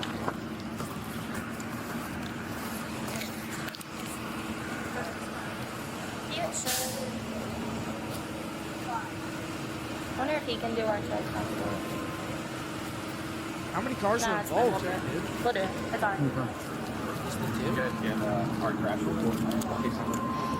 He gave me the driver's change, so I'll just pull it from there. Okay. Appreciate it. Thank you. We'll get a tow out here sooner rather than later. Okay. Hold on a second. Oh. So you were in actual physical control of the vehicle. Let's go. Hey, we're gonna walk this way to my car, okay? I was walking, man. What's up, man? How you doing? I didn't know all this was going on over here. We would have been here quicker. Only something. Yeah, right.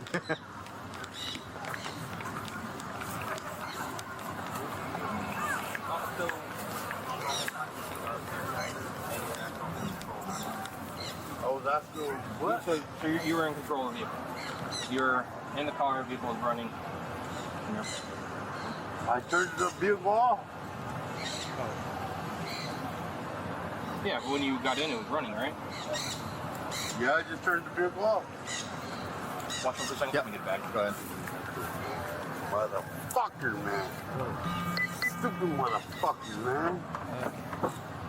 God damn. Hey, oh, hey! Yo!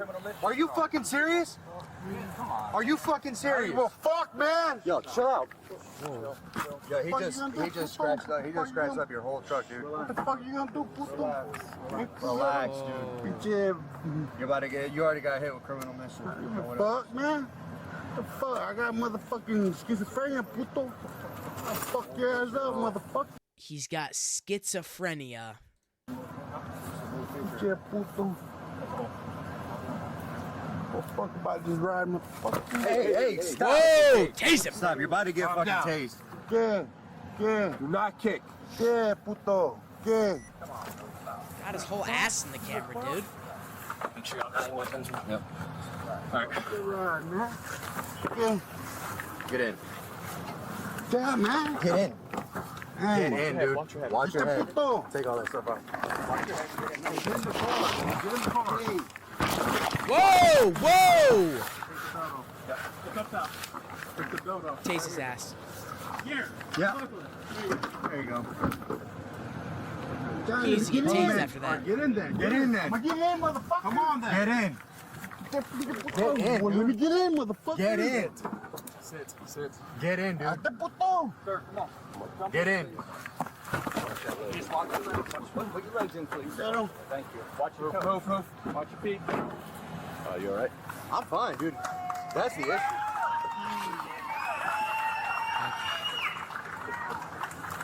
Bro, look at Is there a this. whole party happening over Dude. here? Oh. This is why. Look at what he did. Dude, that's deep. Right in. You could probably get some turtle wax. I mean, there's some scratches, but some of this. Sorry, Red. Take Dude. photos of that. Or Yeah, look more on your body. That was intent. Dude, he backed up, did this, and rubbed up. Yeah, 100%. Straight. Just make sure you get photos of it. But I think some of it's going to buff out, but there are going to be some This is scratches deep. that won't come out. He'll get felony criminal mischief. Yeah, because that would probably cost $3,000 to have it. He just kicked me too. So. $3,000 for a scratch? Dude. Yeah, there's that too. She should get that Leo. She is getting bad Leo. Yeah, she good. Yeah, because she was kicking. I'm not hurt or anything, but still, he's still kicking. No, fine. He just kicked me. Stay satisfied. So you got to be hurt. Yeah. Bro, there's a whole party going on over here, bro.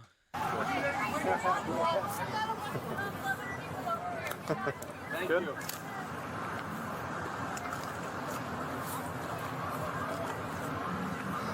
Looks like I'm doing a supplement. Do I do a supplement? No, not you. Just me. Let's skip, because I think it's just a whole lot of yap. I'm stupid. War is just a game. We play it. Hey, Stop shut kicking. up, and you'll get pepper spray. Stop kicking. If you calm down. The woman was charged with resisting officer with violence, battery on an officer, obstruct without violence, and driving under the influence. She was sentenced to 36 months probation, community service, DUI school, and fines. The man was charged with resisting officer with violence, criminal mischief, and driving under the influence. His case is still open. Share your thoughts below and don't forget to... Okay. All right. Next video.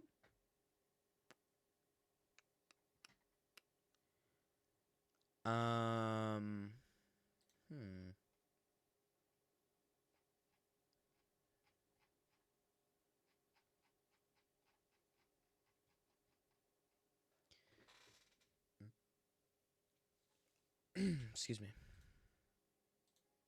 Okay, why is that so loud?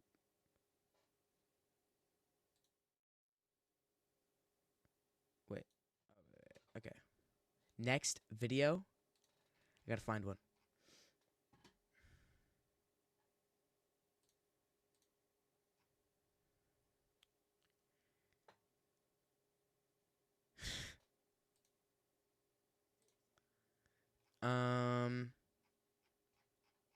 Hold on, chat. I gotta find one.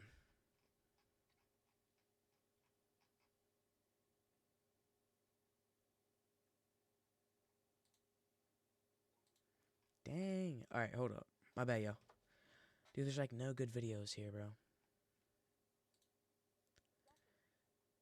Alright.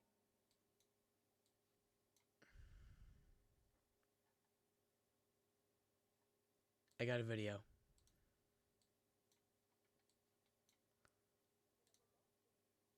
I got a video, dudes. I got a video, dudes. Next video of the day, we got Child Serial Killers by Call Me Chris.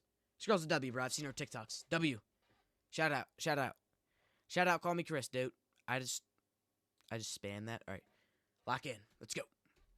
In a remote village in India, a woman reported her baby missing. The police would arrive, and that's when a young boy would come forward smiling, and he would lead them right to the body. And this is not a work of fiction, as terrifying as it sounds. This is the true story of Amarjit Sada, a boy who by the age of 8 had taken 3 lives. Born into poverty, raised in silence, and driven by something even his own parents couldn't understand. Amarjit would become known as the youngest serial killer in recorded history. But his case is only the beginning, which is horrifying.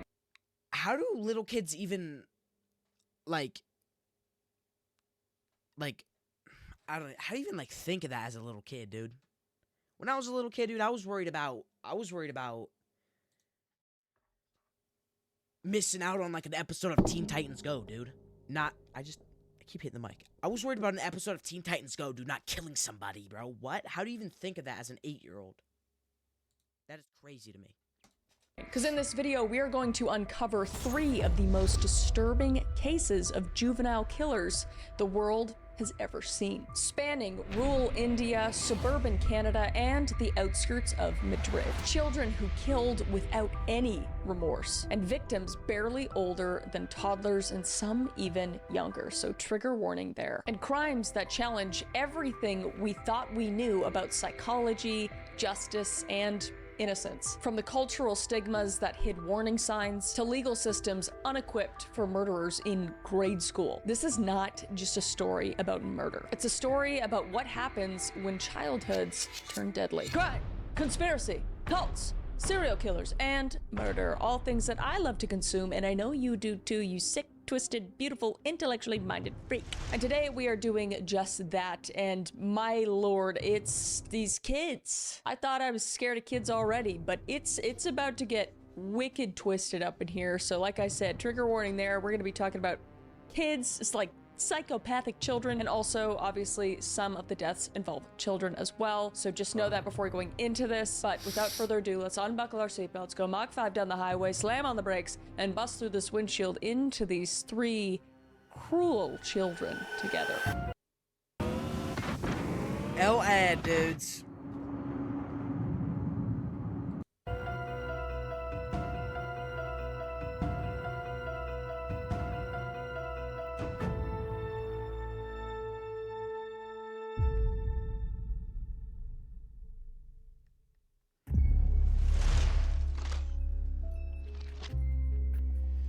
Like this kid, that So kid before looks just pure evil, bro. Sada ever took a life, before his name would unsettle headlines across the world, he was just a kid. He was just a child, born into a system that never saw him coming. Amarjit was born in 1998 in Bugarasaya, a rural district of Bihar, India. And at the time, the region was one of the most impoverished and neglected in the entire country. The infrastructure was very minimal, electricity was very unreliable, and education was a luxury to say the least. And healthcare, especially mental health care, was practically non-existent. So in these forgotten pockets of India, superstition often stood in place of science, and mental illness was just not understood at all. It was basically just feared or concealed completely, or just blamed on other entities or spirits. So families struggling with psychological disorders just didn't seek therapy. They thought something was wrong with them, and not that something very common was wrong with them, but something like was inside them and wrong with them, if that makes sense. So they would turn to local shamans, or worse, they would just do nothing at all. So the fear of public shame meant that most of these cases were just buried quietly. Skip it a buck, bro. Those shamans, they ain't gonna do nothing, bro. Just keeping it real. Especially in a small, tightly woven community where reputations quite literally meant survival. And in Amarjit's village, poverty wasn't just a statistic. It was basically just a way of life. So his family lived in a very densely packed neighborhood made of mud brick homes and open drains. His parents would work as laborers, earning barely enough to feed their children. But more dangerous than the poverty here was the silence. Children with any sort of behavioral issues were rarely seen as mentally unwell. They were called troublesome, moody, or simply— Yeah, there's like, oh, it's a kid, you know, he'll be fine. They go through this, they'll be okay. And so they don't really like pay attention to the kids. Oh, they're just being kids. They'll grow up. And so they just they push them off to the side. Cursed, like actually, they thought they were cursed. And few— Okay, or they thought they were cursed.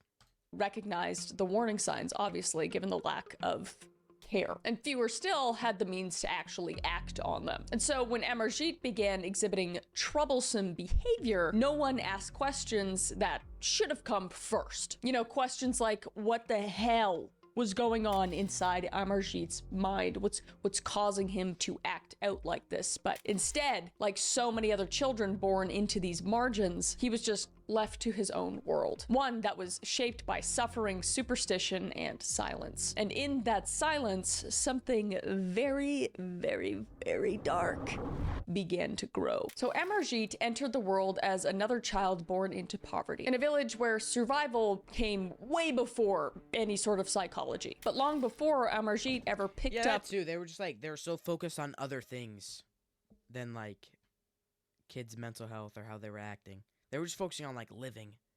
A brick, which we'll get to, there were signs. First off, he was never liked by other children. He didn't really have any friends. Because in the village, boys his age played together and swam on the pond, and when other children asked him to play, he reportedly would sometimes lash out in sudden bursts of anger at them. So they were like, whoa, okay, shit, dude, you don't have to play Marco Polo with us. I don't know. So villagers would later describe him as strange, but polite, which I find very hard to believe, but also notably withdrawn. He was very to himself. And looking back, these were the early indicators of detachment and harmful potential. And his mother, Parul, noticed the difference too. Amarjit just had this temper and an intensity that she just couldn't explain. She didn't know where it came from. And instead of turning to doctors, she would turn to tradition. She would smear black kajal beneath his eyes to ward off evil, and placed an amulet of protection from the Hanuman. Yeah, that's just not gonna work, bro. Hanuman temple around his arm. But no amulet could stop what was manifesting inside this evil little child. But obviously, she didn't know any better. She just thought that maybe it was an evil spirit. Maybe that this will help, you know? So it's of no fault of her own. Amarjit would have no formal education as well. There was basically no access to structure, therapy, or any sort of guidance. Some reports even mention neglect from his parents, and it would be around this time that tragedy would first strike. Seemingly out of nowhere, Amarjit's infant cousin would die under suspicious circumstances, and his family would have to make a devastating choice. They would keep quiet. They would call it an accident, and they would shield him. That they are responsible for. That I don't have an Yeah, excuse that. for them for. So basically, they were rewarding the behavior of their murdering child, not Yeah, that's not the insane. They didn't punish him or anything, so he probably just thinks he could keep getting away with it. Oh yeah, I killed him, but hey, nothing happened to me. I should be A-okay. best parent, but probably worst parent award, I'd say. So with not punishing your child or not making them be held accountable, the darkness inside him would quickly unfold. Right. So like I said, his first victim was very close to home. It was his younger cousin. And there seems to be a bit of discrepancy from various sources of the age of the victim. But his cousin was an infant. So one day, the infant would seemingly vanish. And shortly thereafter, her body would be found. And it was clear that she had been beaten to death. And there would be no trial, no police reports. Her family, basically Amarjit's family, just chose to stay silent, even though they knew that Amarjit had done the crime. And then, not long— What? They know he did the crime and they do nothing about it? What is wrong with these people? That's insane. long after, his What is infant wrong with these sister people? would That's be his insane. next victim. And his sister would be just 8 months old. And Amarjit would strangle her to death with his bare hands. Like, just horrifying. But again, the family did not report the crime. And whether out of shame, fear, or just pure disbelief, they buried not just their child, but the truth. So in 2007, the village was shaken when a third child would go missing. 6-month-old Stop. Khushbu, the daughter of a neighbor. Her mother had left her sleeping at the local school while she just stepped away. But when she returned, the child was completely missing, and no one was prepared for the truth that had actually occurred. So the community gathered around and a search began to break out. But not long after that, Amarjit would step forward and he would confess. Very casually, even cheerfully. And officers just couldn't believe it. They thought naturally that it was a prank. I mean, this kid is 8 years old. He's a small child. Right. How could he have done this horrible crime? And if he was to do it, maybe it was an accident, but why would he be happy about it? They were just really confused. But that's when he would lead them to the body. Hidden away, her tiny body lay buried in a shallow grave. Oh my gosh, and he the buried infant her. had He buried the kid, bro. This guy's had been strangled and bludgeoned to death with a brick. And when questioned by police, Amarjit reportedly smiled through his entire confession and even asked for biscuits at the beginning of it. And as investigators listened, just completely stunned, he described the murder with chilling detachment, just pure psychopathic behavior. He was quoted to say, "She was sleeping in the school. I took her a little away, killed her with a brick, and buried her." Just like, Okay, if there's one AI site builder you need to meet, it's this dope tech from Wix. absolutely chilling. he just doesn't care. He just killed her and he does not give a shit. There's just something about a child with so much detachment that is next level horrifying. So forensic psychologists would be brought in, and their official conclusion would be that Amarjit was a sadist, a child who found pleasure in inflicting pain. So this was not a prank gone wrong. It was not the product of a playground fight. This was something far, far darker and far rarer. And now the world would finally take notice. A little too late, if you ask me. So when the news broke that an 8-year-old had killed 3 infants, it sent shockwaves across India and the world. But once the horror of his confession settled, authorities were left with the difficult question: what do you do with a killer child? And at Yeah. the time of Amarjit's arrest in 2007, India law was very clear. A child under the age of 18 could not be tried as an adult, and there would be no prison sentence, no criminal trial, no possibility of life imprisonment, and certainly no death penalty. So instead, Amarjit was placed in a juvenile detention facility, the only legal option available at the time. Yeah, And because there, they can't just do nothing. But like, he would spend the next 10 years, the maximum sentence allowed for a minor under Indian law. And behind closed doors, rehabilitation efforts would begin. And reports suggested he received counseling, education, and behavioral therapy. But the truth is, almost nothing is known about what happened inside those walls. There were no updates, 0 interviews, and the file on Amarjit Seda slowly disappeared from public view. And then, in 2016, he would turn 18 years old. And under Indian law, his record was completely sealed. So with his file closed, his identity was changed to protect his future and prevent vigilante retaliation, which I'm like, don't let that guy out. If he can do that at 8, what the could he do at 18 Facts, years old? bro. Now he's in his mid-20s now. That's like, just imagine what he's thinking now, dude.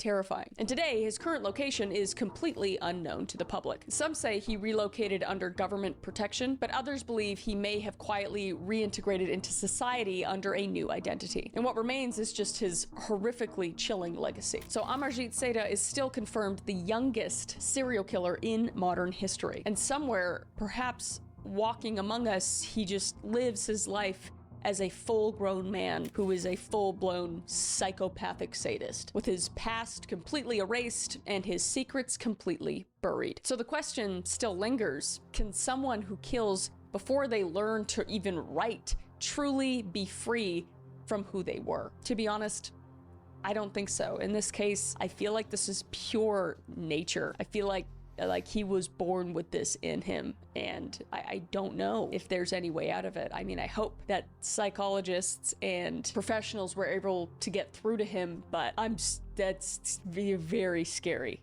Very, very scary. But that brings us and who knows if even like what happened in juvie even helped him, like the schooling, the rehab, like who knows if that even helped him, dude. He probably just like our next nobody knows, bro. Child, and that is Jasmine Richardson.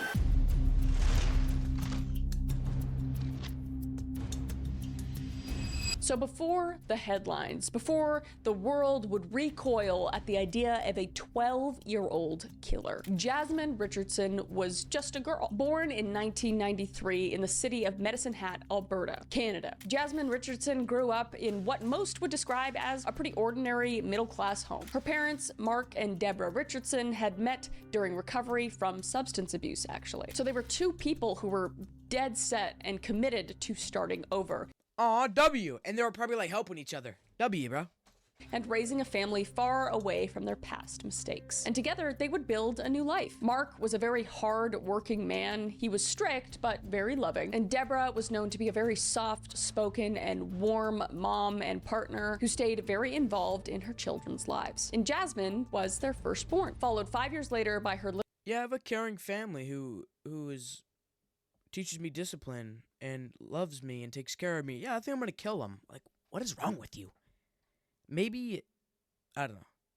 Little brother, Jacob. And the family was very close by all accounts. They spent a lot of time together and had a lot of family outings. And by all accounts, Jasmine was very bright. She made the honor roll in her Catholic school. She performed in fine arts programs. She laughed with friends, made crafts, went to sleepovers. She kept really busy with a lot of good things. She was a pretty normal child starting out until she wasn't. So around the age of 11, something changed in Jasmine. She began gravitating toward goth subculture. And this isn't a hit on goth subculture, by the way. I know quite a few goths actually. Very cool, very awesome. But this is just kind of what segued her into what she became. So not a hit on any goths at all, just her story. So after getting into the subculture, she was kind of drawn to dark fashion, heavy eyeliner, and online communities where she could shed the expectations of her quiet suburban world. And her MySpace and VampireFreaks.com profiles painted a very new picture of Jasmine. VampireFreaks.com. I'm never visiting that website ever. One where she was older, rebellious, fascinated with serial killers, nothing wrong with that, and just purely immersed in fantasy. So the 11-year-old at this point would tell people that she was 15, and she would post poetry about death and violence, and just not great stuff. And somewhere in those digital shadows, she met him. Yes, there's a him. Jeremy Steinke. More like Jeremy Stinky, am I right? Good one. I'm about to be. Because Jeremy was 23 years old. Oh no. Oh no. Oh no. This guy's weird. I mean, even if she says that she's 15, what are you doing, dog? You're 23, she's 11 years old. What are you doing? He was 23 years old, about to date a 15-year-old who was actually a almost 12-year-old. So bad news bears. And he was reportedly beaten through his childhood by his biological father and 2 of his stepfathers. And his mother and her various partners, husbands, and boyfriends were just all alcoholics. So he had a very bad upbringing. No excuse for dating. That's no excuse, but like, that's no child should have to go through that, man. A literal child, though. He was a high school that completely separate from the fact. Dropout who believed he was a 300-year-old werewolf. So wasn't Get your summer style in your budget at Stitch Fix. Plus, wasn't all right up there in the head.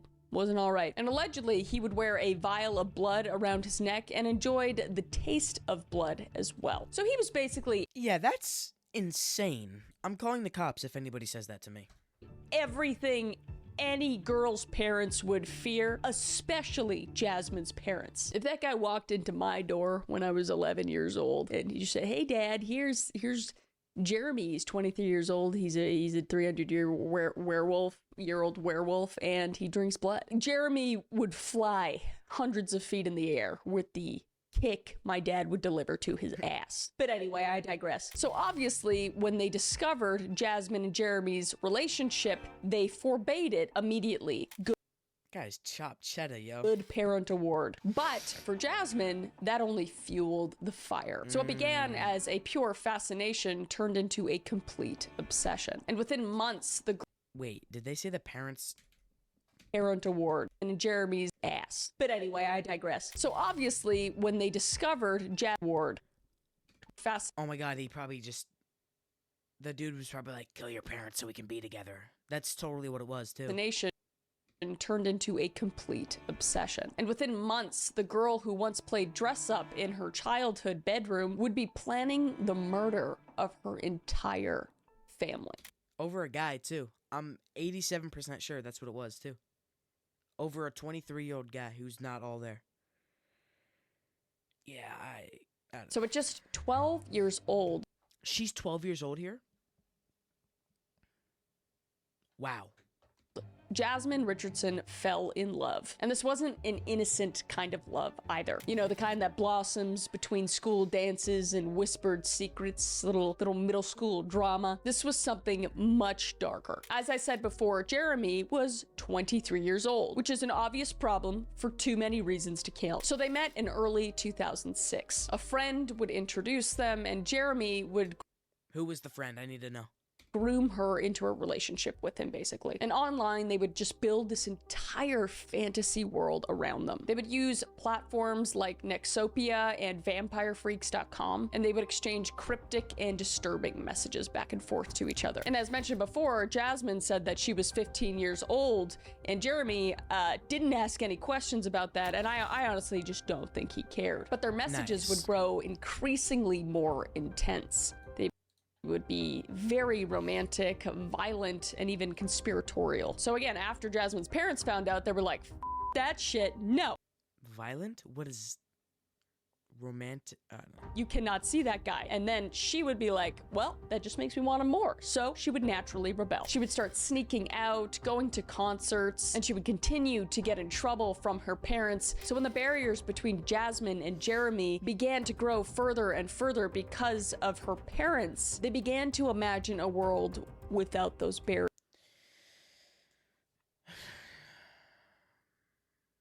I told you guys, bro. I told you guys what the situation was, and it turned out to be true. I just don't know how you could... I don't know. That's just crazy. Barriers. Those barriers being her parents. "So I have this plan," Jasmine wrote in one online message. "It begins with me killing them and ends with me living with you." Are you fucking kidding me? Are you kidding me? You're gonna kill your parents to date some guy that's 10 years older than you? 12 years older than you? Are you serious?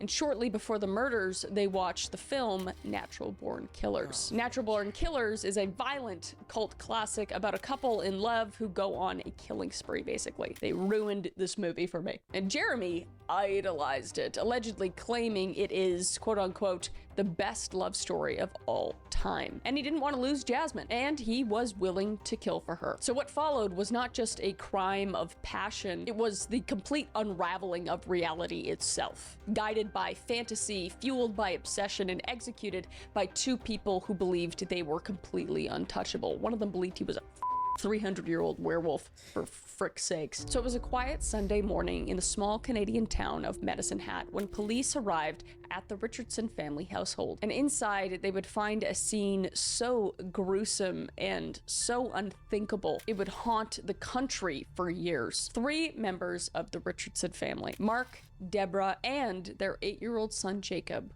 was dead, completely slaughtered in their own home. And their 12-year-old daughter was completely missing. But this wasn't a kidnapping, this was the plan. Just hours earlier, under the cover of night, Jeremy had entered the Richardson home through a basement window.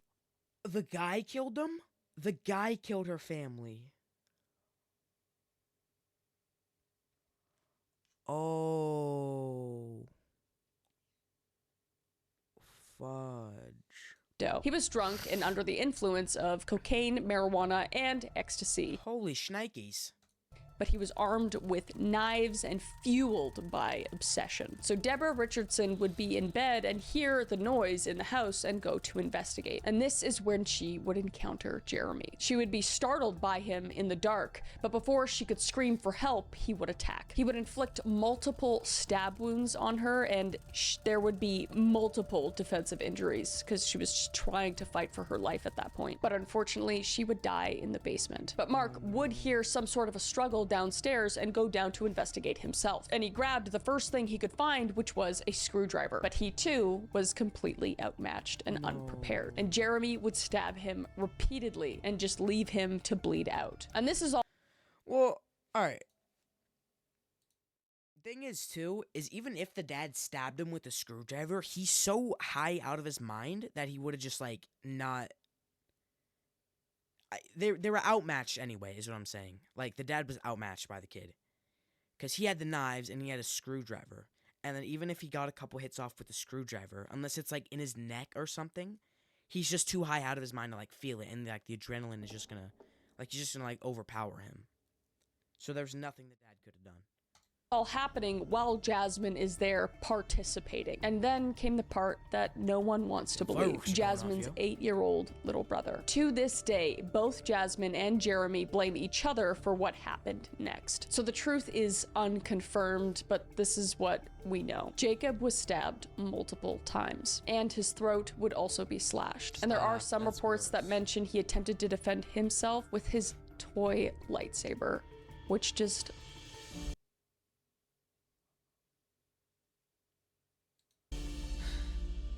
which is just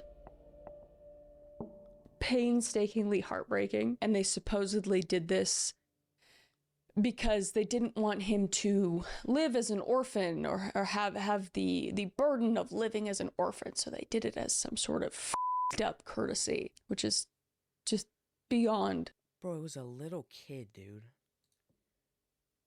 Killed a little kid. He tried to fight back with his toy lightsaber, bro. Bro.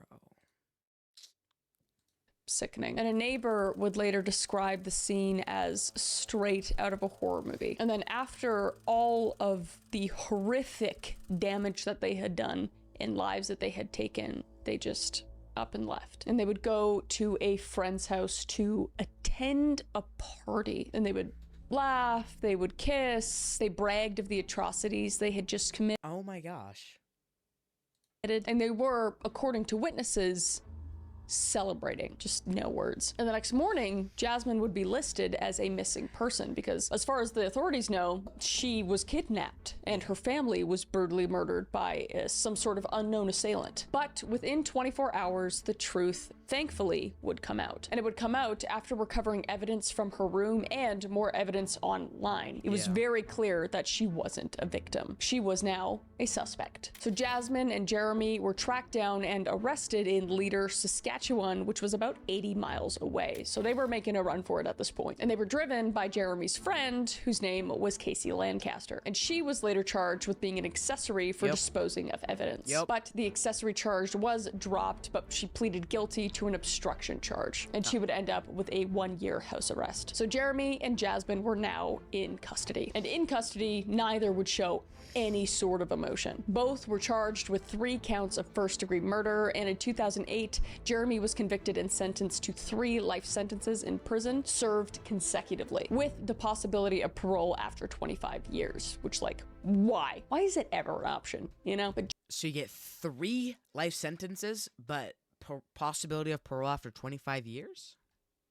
Jasmine's trial was a little bit more complicated. She was only 12 years old at the time of the murders, after all. So this would make her the youngest person in Canadian history to be charged with multiple homicides. And psychologists testified that she was emotionally immature and likely under Jeremy's influence. And she lacked the full capacity to understand the consequences of her actions. But still, the jury found her guilty of all 3 counts. And under Canadian law, she could not be sentenced as an adult. So instead, Jasmine would receive the max sentencing for a minor, which was 10 years, made up of time in a psychiatric institution, followed by conditional supervision in the community. And her sentencing wasn't just about punishment, it was about rehabilitation. But the country was completely split. Some viewed her as a child manipulated by a predator, and others saw her as just a cold-blooded killer. And there are some rumors.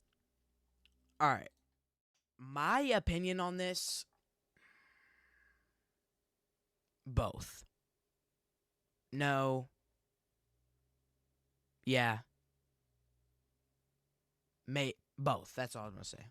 Because I don't think she actually expected the dude to come kill her family. Well, I don't know. I'm just gonna say both, bro. That's all. Suggesting the possibility of Jeremy actually being the victim due to fetal alcohol effects and his during his own childhood, which potentially brings his intelligence and suggestibility into question. But there's no conclusive answer to this, just an interesting twist on this whole scenario. So the trial was over, but the debate had only just begun. I don't know. I personally think it takes a certain kind of child to not feel anything for being responsible for your entire family's death. Do I think a child can comprehend the repercussions of killing? And the daughter didn't care at all that her parents just got killed. So, in their entire family? No. I think that you're in love as a really young child and you're, you know, persuaded by this older guy. I think you're willing to do anything, but I think there is a bit of nature in there and a lot of nurture as well, you know. I don't know, he's a 23-year-old guy, maybe he's not the most intelligent, but he's still capable of killing and not asking questions, so I think they're both equally at fault. But who am I to say, you know, but they're both guilty, so clearly majority said what I said, basically. And today, you won't find Jasmine. There's no press conferences, there's no interviews, not a trace. Because Jasmine Richardson, now in her 30s, walks completely free. She served her full 10-year sentence, and in May of 2016, that sentence ended, and her record was sealed and her name was protected, and she would be released from all court-ordered conditions. So during her rehabilitation, Jasmine reported that's not fair, dude. That's not fair. Enrolled in university classes at Mount Royal University in Calgary, and those who encountered her had no idea who she really was. She was just another student to them, just another face in the crowd. And now her exact whereabouts are completely undisclosed. And by law, her identity cannot be revealed in Canadian media, shielded by the same system that once tried her as a child. Like, so how are they allowed to just keep her fucking name sealed and her identity sealed? How are they allowed to do that? Believe she still lives like, near like a sex offender, dude. Like, have her location 24/7. Like, you don't just erase her name. her old community, but the nation remains divided to this day. To some, Jasmine Richardson was a success story, proof that the system can rehabilitate even the most unlikely offenders. And to others, she's just a ghost walking free, a reminder of a crime too dark to forget. But wherever she is now, she herself carries her past that cannot be erased. And that brings us to our final child serial killer, Piedad Martinez del Aguila.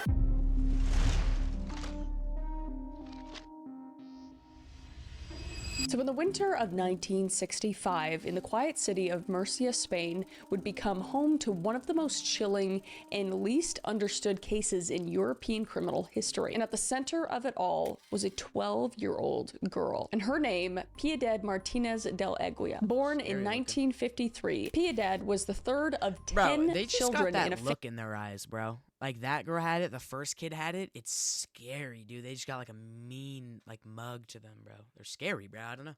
Family struggling to survive. Her father was a bricklayer and her mother was a part-time kitchen worker and odd job worker. And they lived in El Carmen, a working class neighborhood defined by its poverty, overcrowding, and hard labor. And before that, the family had lived in the slums, basically one step above desperation. There was no semblance of luxury, no privacy, only noise, hunger, and the never-ending demands of survival. And while other children her age were in school learning to read and write, she was out killing people.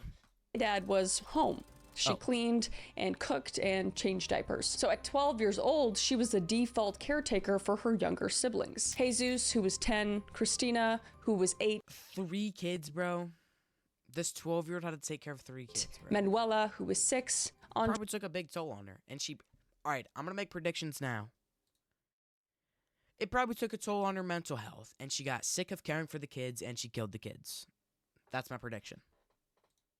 Andres, who was 5, Fuensanta, who was 4, and Mariano, who was 2. And a baby, Maria del Carmen, who was only 9 months old. A lot of kids. So her 2 older brothers worked full-time as panel beaters at the auto shop. They would sometimes bring their work home and require her to help clean and polish metal parts. And they would provide her with some small bars of chemical substance in order to do this. Very important to note later. And her parents would be gone for most of the day because they too worked. So the weight of the household, the chaos of caring for 7 younger siblings fell squarely on her very small shoulders. And she carried... Never mind, 7 kids she had to take care of.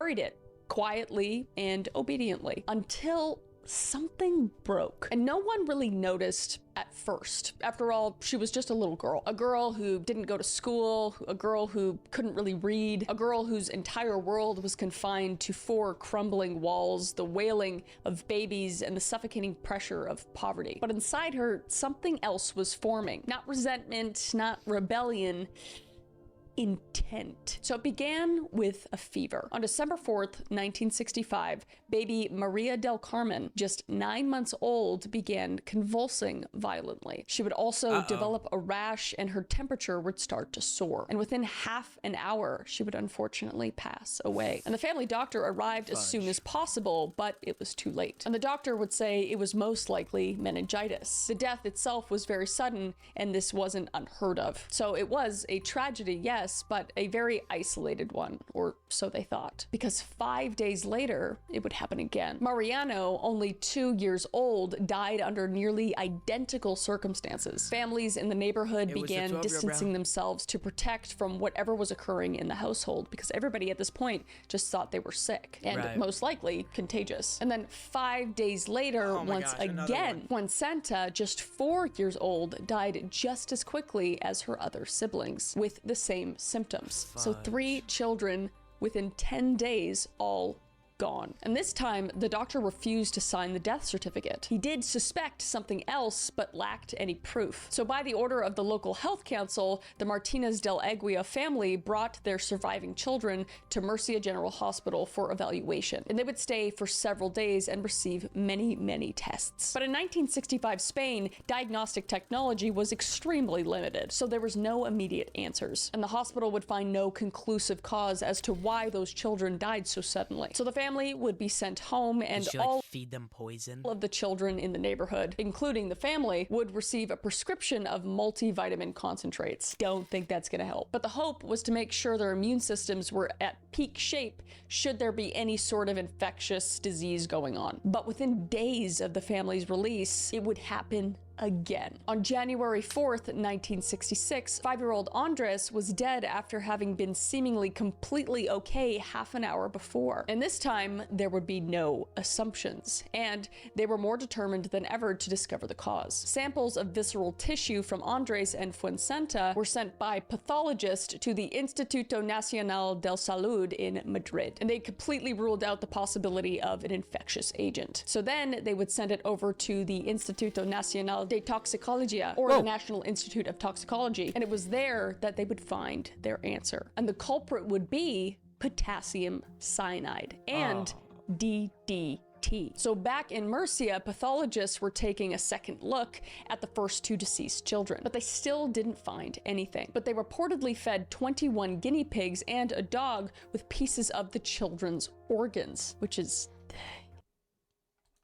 I don't know how I feel about that, but okay. And all of the animals would die suddenly. So they would know that the children were poisoned. And when the police asked who was last seen with the victims, one name came up again and again: Piedad. So by mid-January 1966, the city of Murcia no longer whispered about the deaths in the Martinez de Aguirre household. They shouted. 4 dead children, no explanation, and no arrests at this point. Only grief and suspicion. And on January 14th, both parents, Andres and Antonia, were arrested. Authorities would suspect that the murders were an act of filicide, which is the killings of one's child. And Antonia, pregnant at the time, was confined to a maternity ward under supervision. And Andres was sent to a psychiatric facility for evaluation. And the surviving children were split. The boys housed with their father and the girls kept with their mother. A very controversial move, but one made with purpose. Detectives hoped that their killer might slip up. So by now, the story had reached national headlines. Well, yeah, all the girls are gonna die and there's gonna be one left, and it's...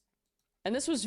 how is everyone dead but you, Missy? Very out of the norm, because in this period of time, the press was very tightly controlled, and journalists just descended on Murcia, eager to capture the story. And what they found would completely stun everyone. The children, just weeks after burying 4 siblings, were laughing, playing, and smiling. And one photographer recalled 6-year-old Manuela looking directly into his lens and saying something to the effect of, quote unquote, "You want to take my picture because I'm going to die next."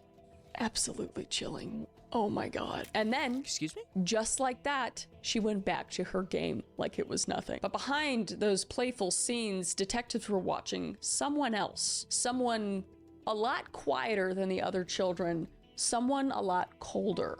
And that was Piedad. Her affect was flat, her gaze just completely unshaken. And she always seemed to be the last one with each of the dead. But they still had no proof at this point. Then, on January 24th, a detective had an idea. He took 12-year-old Piedad to a local cafe. Just the 2 of them. And he made small talk and ordered her a glass of milk. And then, with a sleight of hand, he pretended W milk segment to spike her drink with the same metal cleaning compound her brothers used at work. And she noticed immediately. And after she noticed, she would grab his wrist and she would say to him this: "Don't do that. You could seriously harm someone with that stuff." The detective would answer, "Is it harmful? Is it like the stuff you gave your little siblings?" And at this point, per the detective's account, it was written all over her face, but he just stared into her eyes in silence until she spoke again. Piedad would continue, "It was me who killed the 4 of them, the first 3 by order of my mother." And the detective would say, "And the last one?" Piedad would say back to him, "I killed him myself, alone. I acted on my own." Okay, no shot the mother, because the mother was pregnant again, right? There's no shot. What up, yo? 12. She's 12. Oh my god. So this was the moment detectives had been waiting for. She explained her methods with chilling precision during an interrogation. How she turned potassium chloride, cyanide, and DDT-based insecticides into tiny lethal pellets. There's no way the mother wanted the kids to die because she was pregnant again. Then mix them into milk and food. What the f?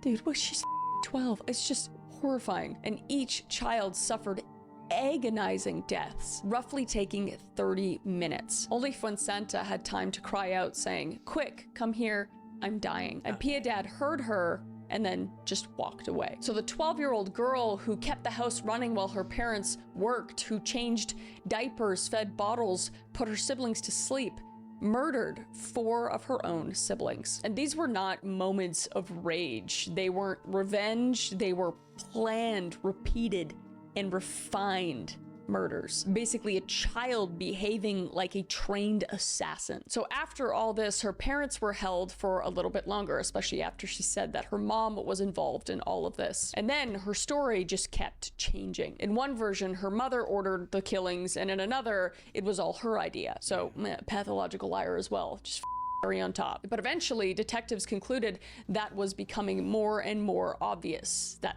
Piedad just lied. So her surviving siblings were removed from both parents' custody and placed under Child Protective Services. And Andres, the father, was released in March 1966. And Antonia, who gave birth actually in custody, was not released until May. And Piedad, she was brought before a juvenile court, and she would be sent to a psychiatric institution for observation before her trial. And there, she just thrived. She laughed with nurses and befriended the staff, and psychologists were just alarmed because she was found to have, you know, a sound mind. She wasn't just some crazy little kid. She knew what she was doing. She was very smart in the scariest way. Very Ed Kemper-like, if you know who that is. If not, I'm going to be doing a deep dive on him next, because my God, but she reminds me of him a lot. Just extremely calculated. Yeah, and they said that she was fully aware of right and wrong, but capable of ignoring morality when it suited her. And by the summer of 1966, Piedad was officially diagnosed as a psychopath,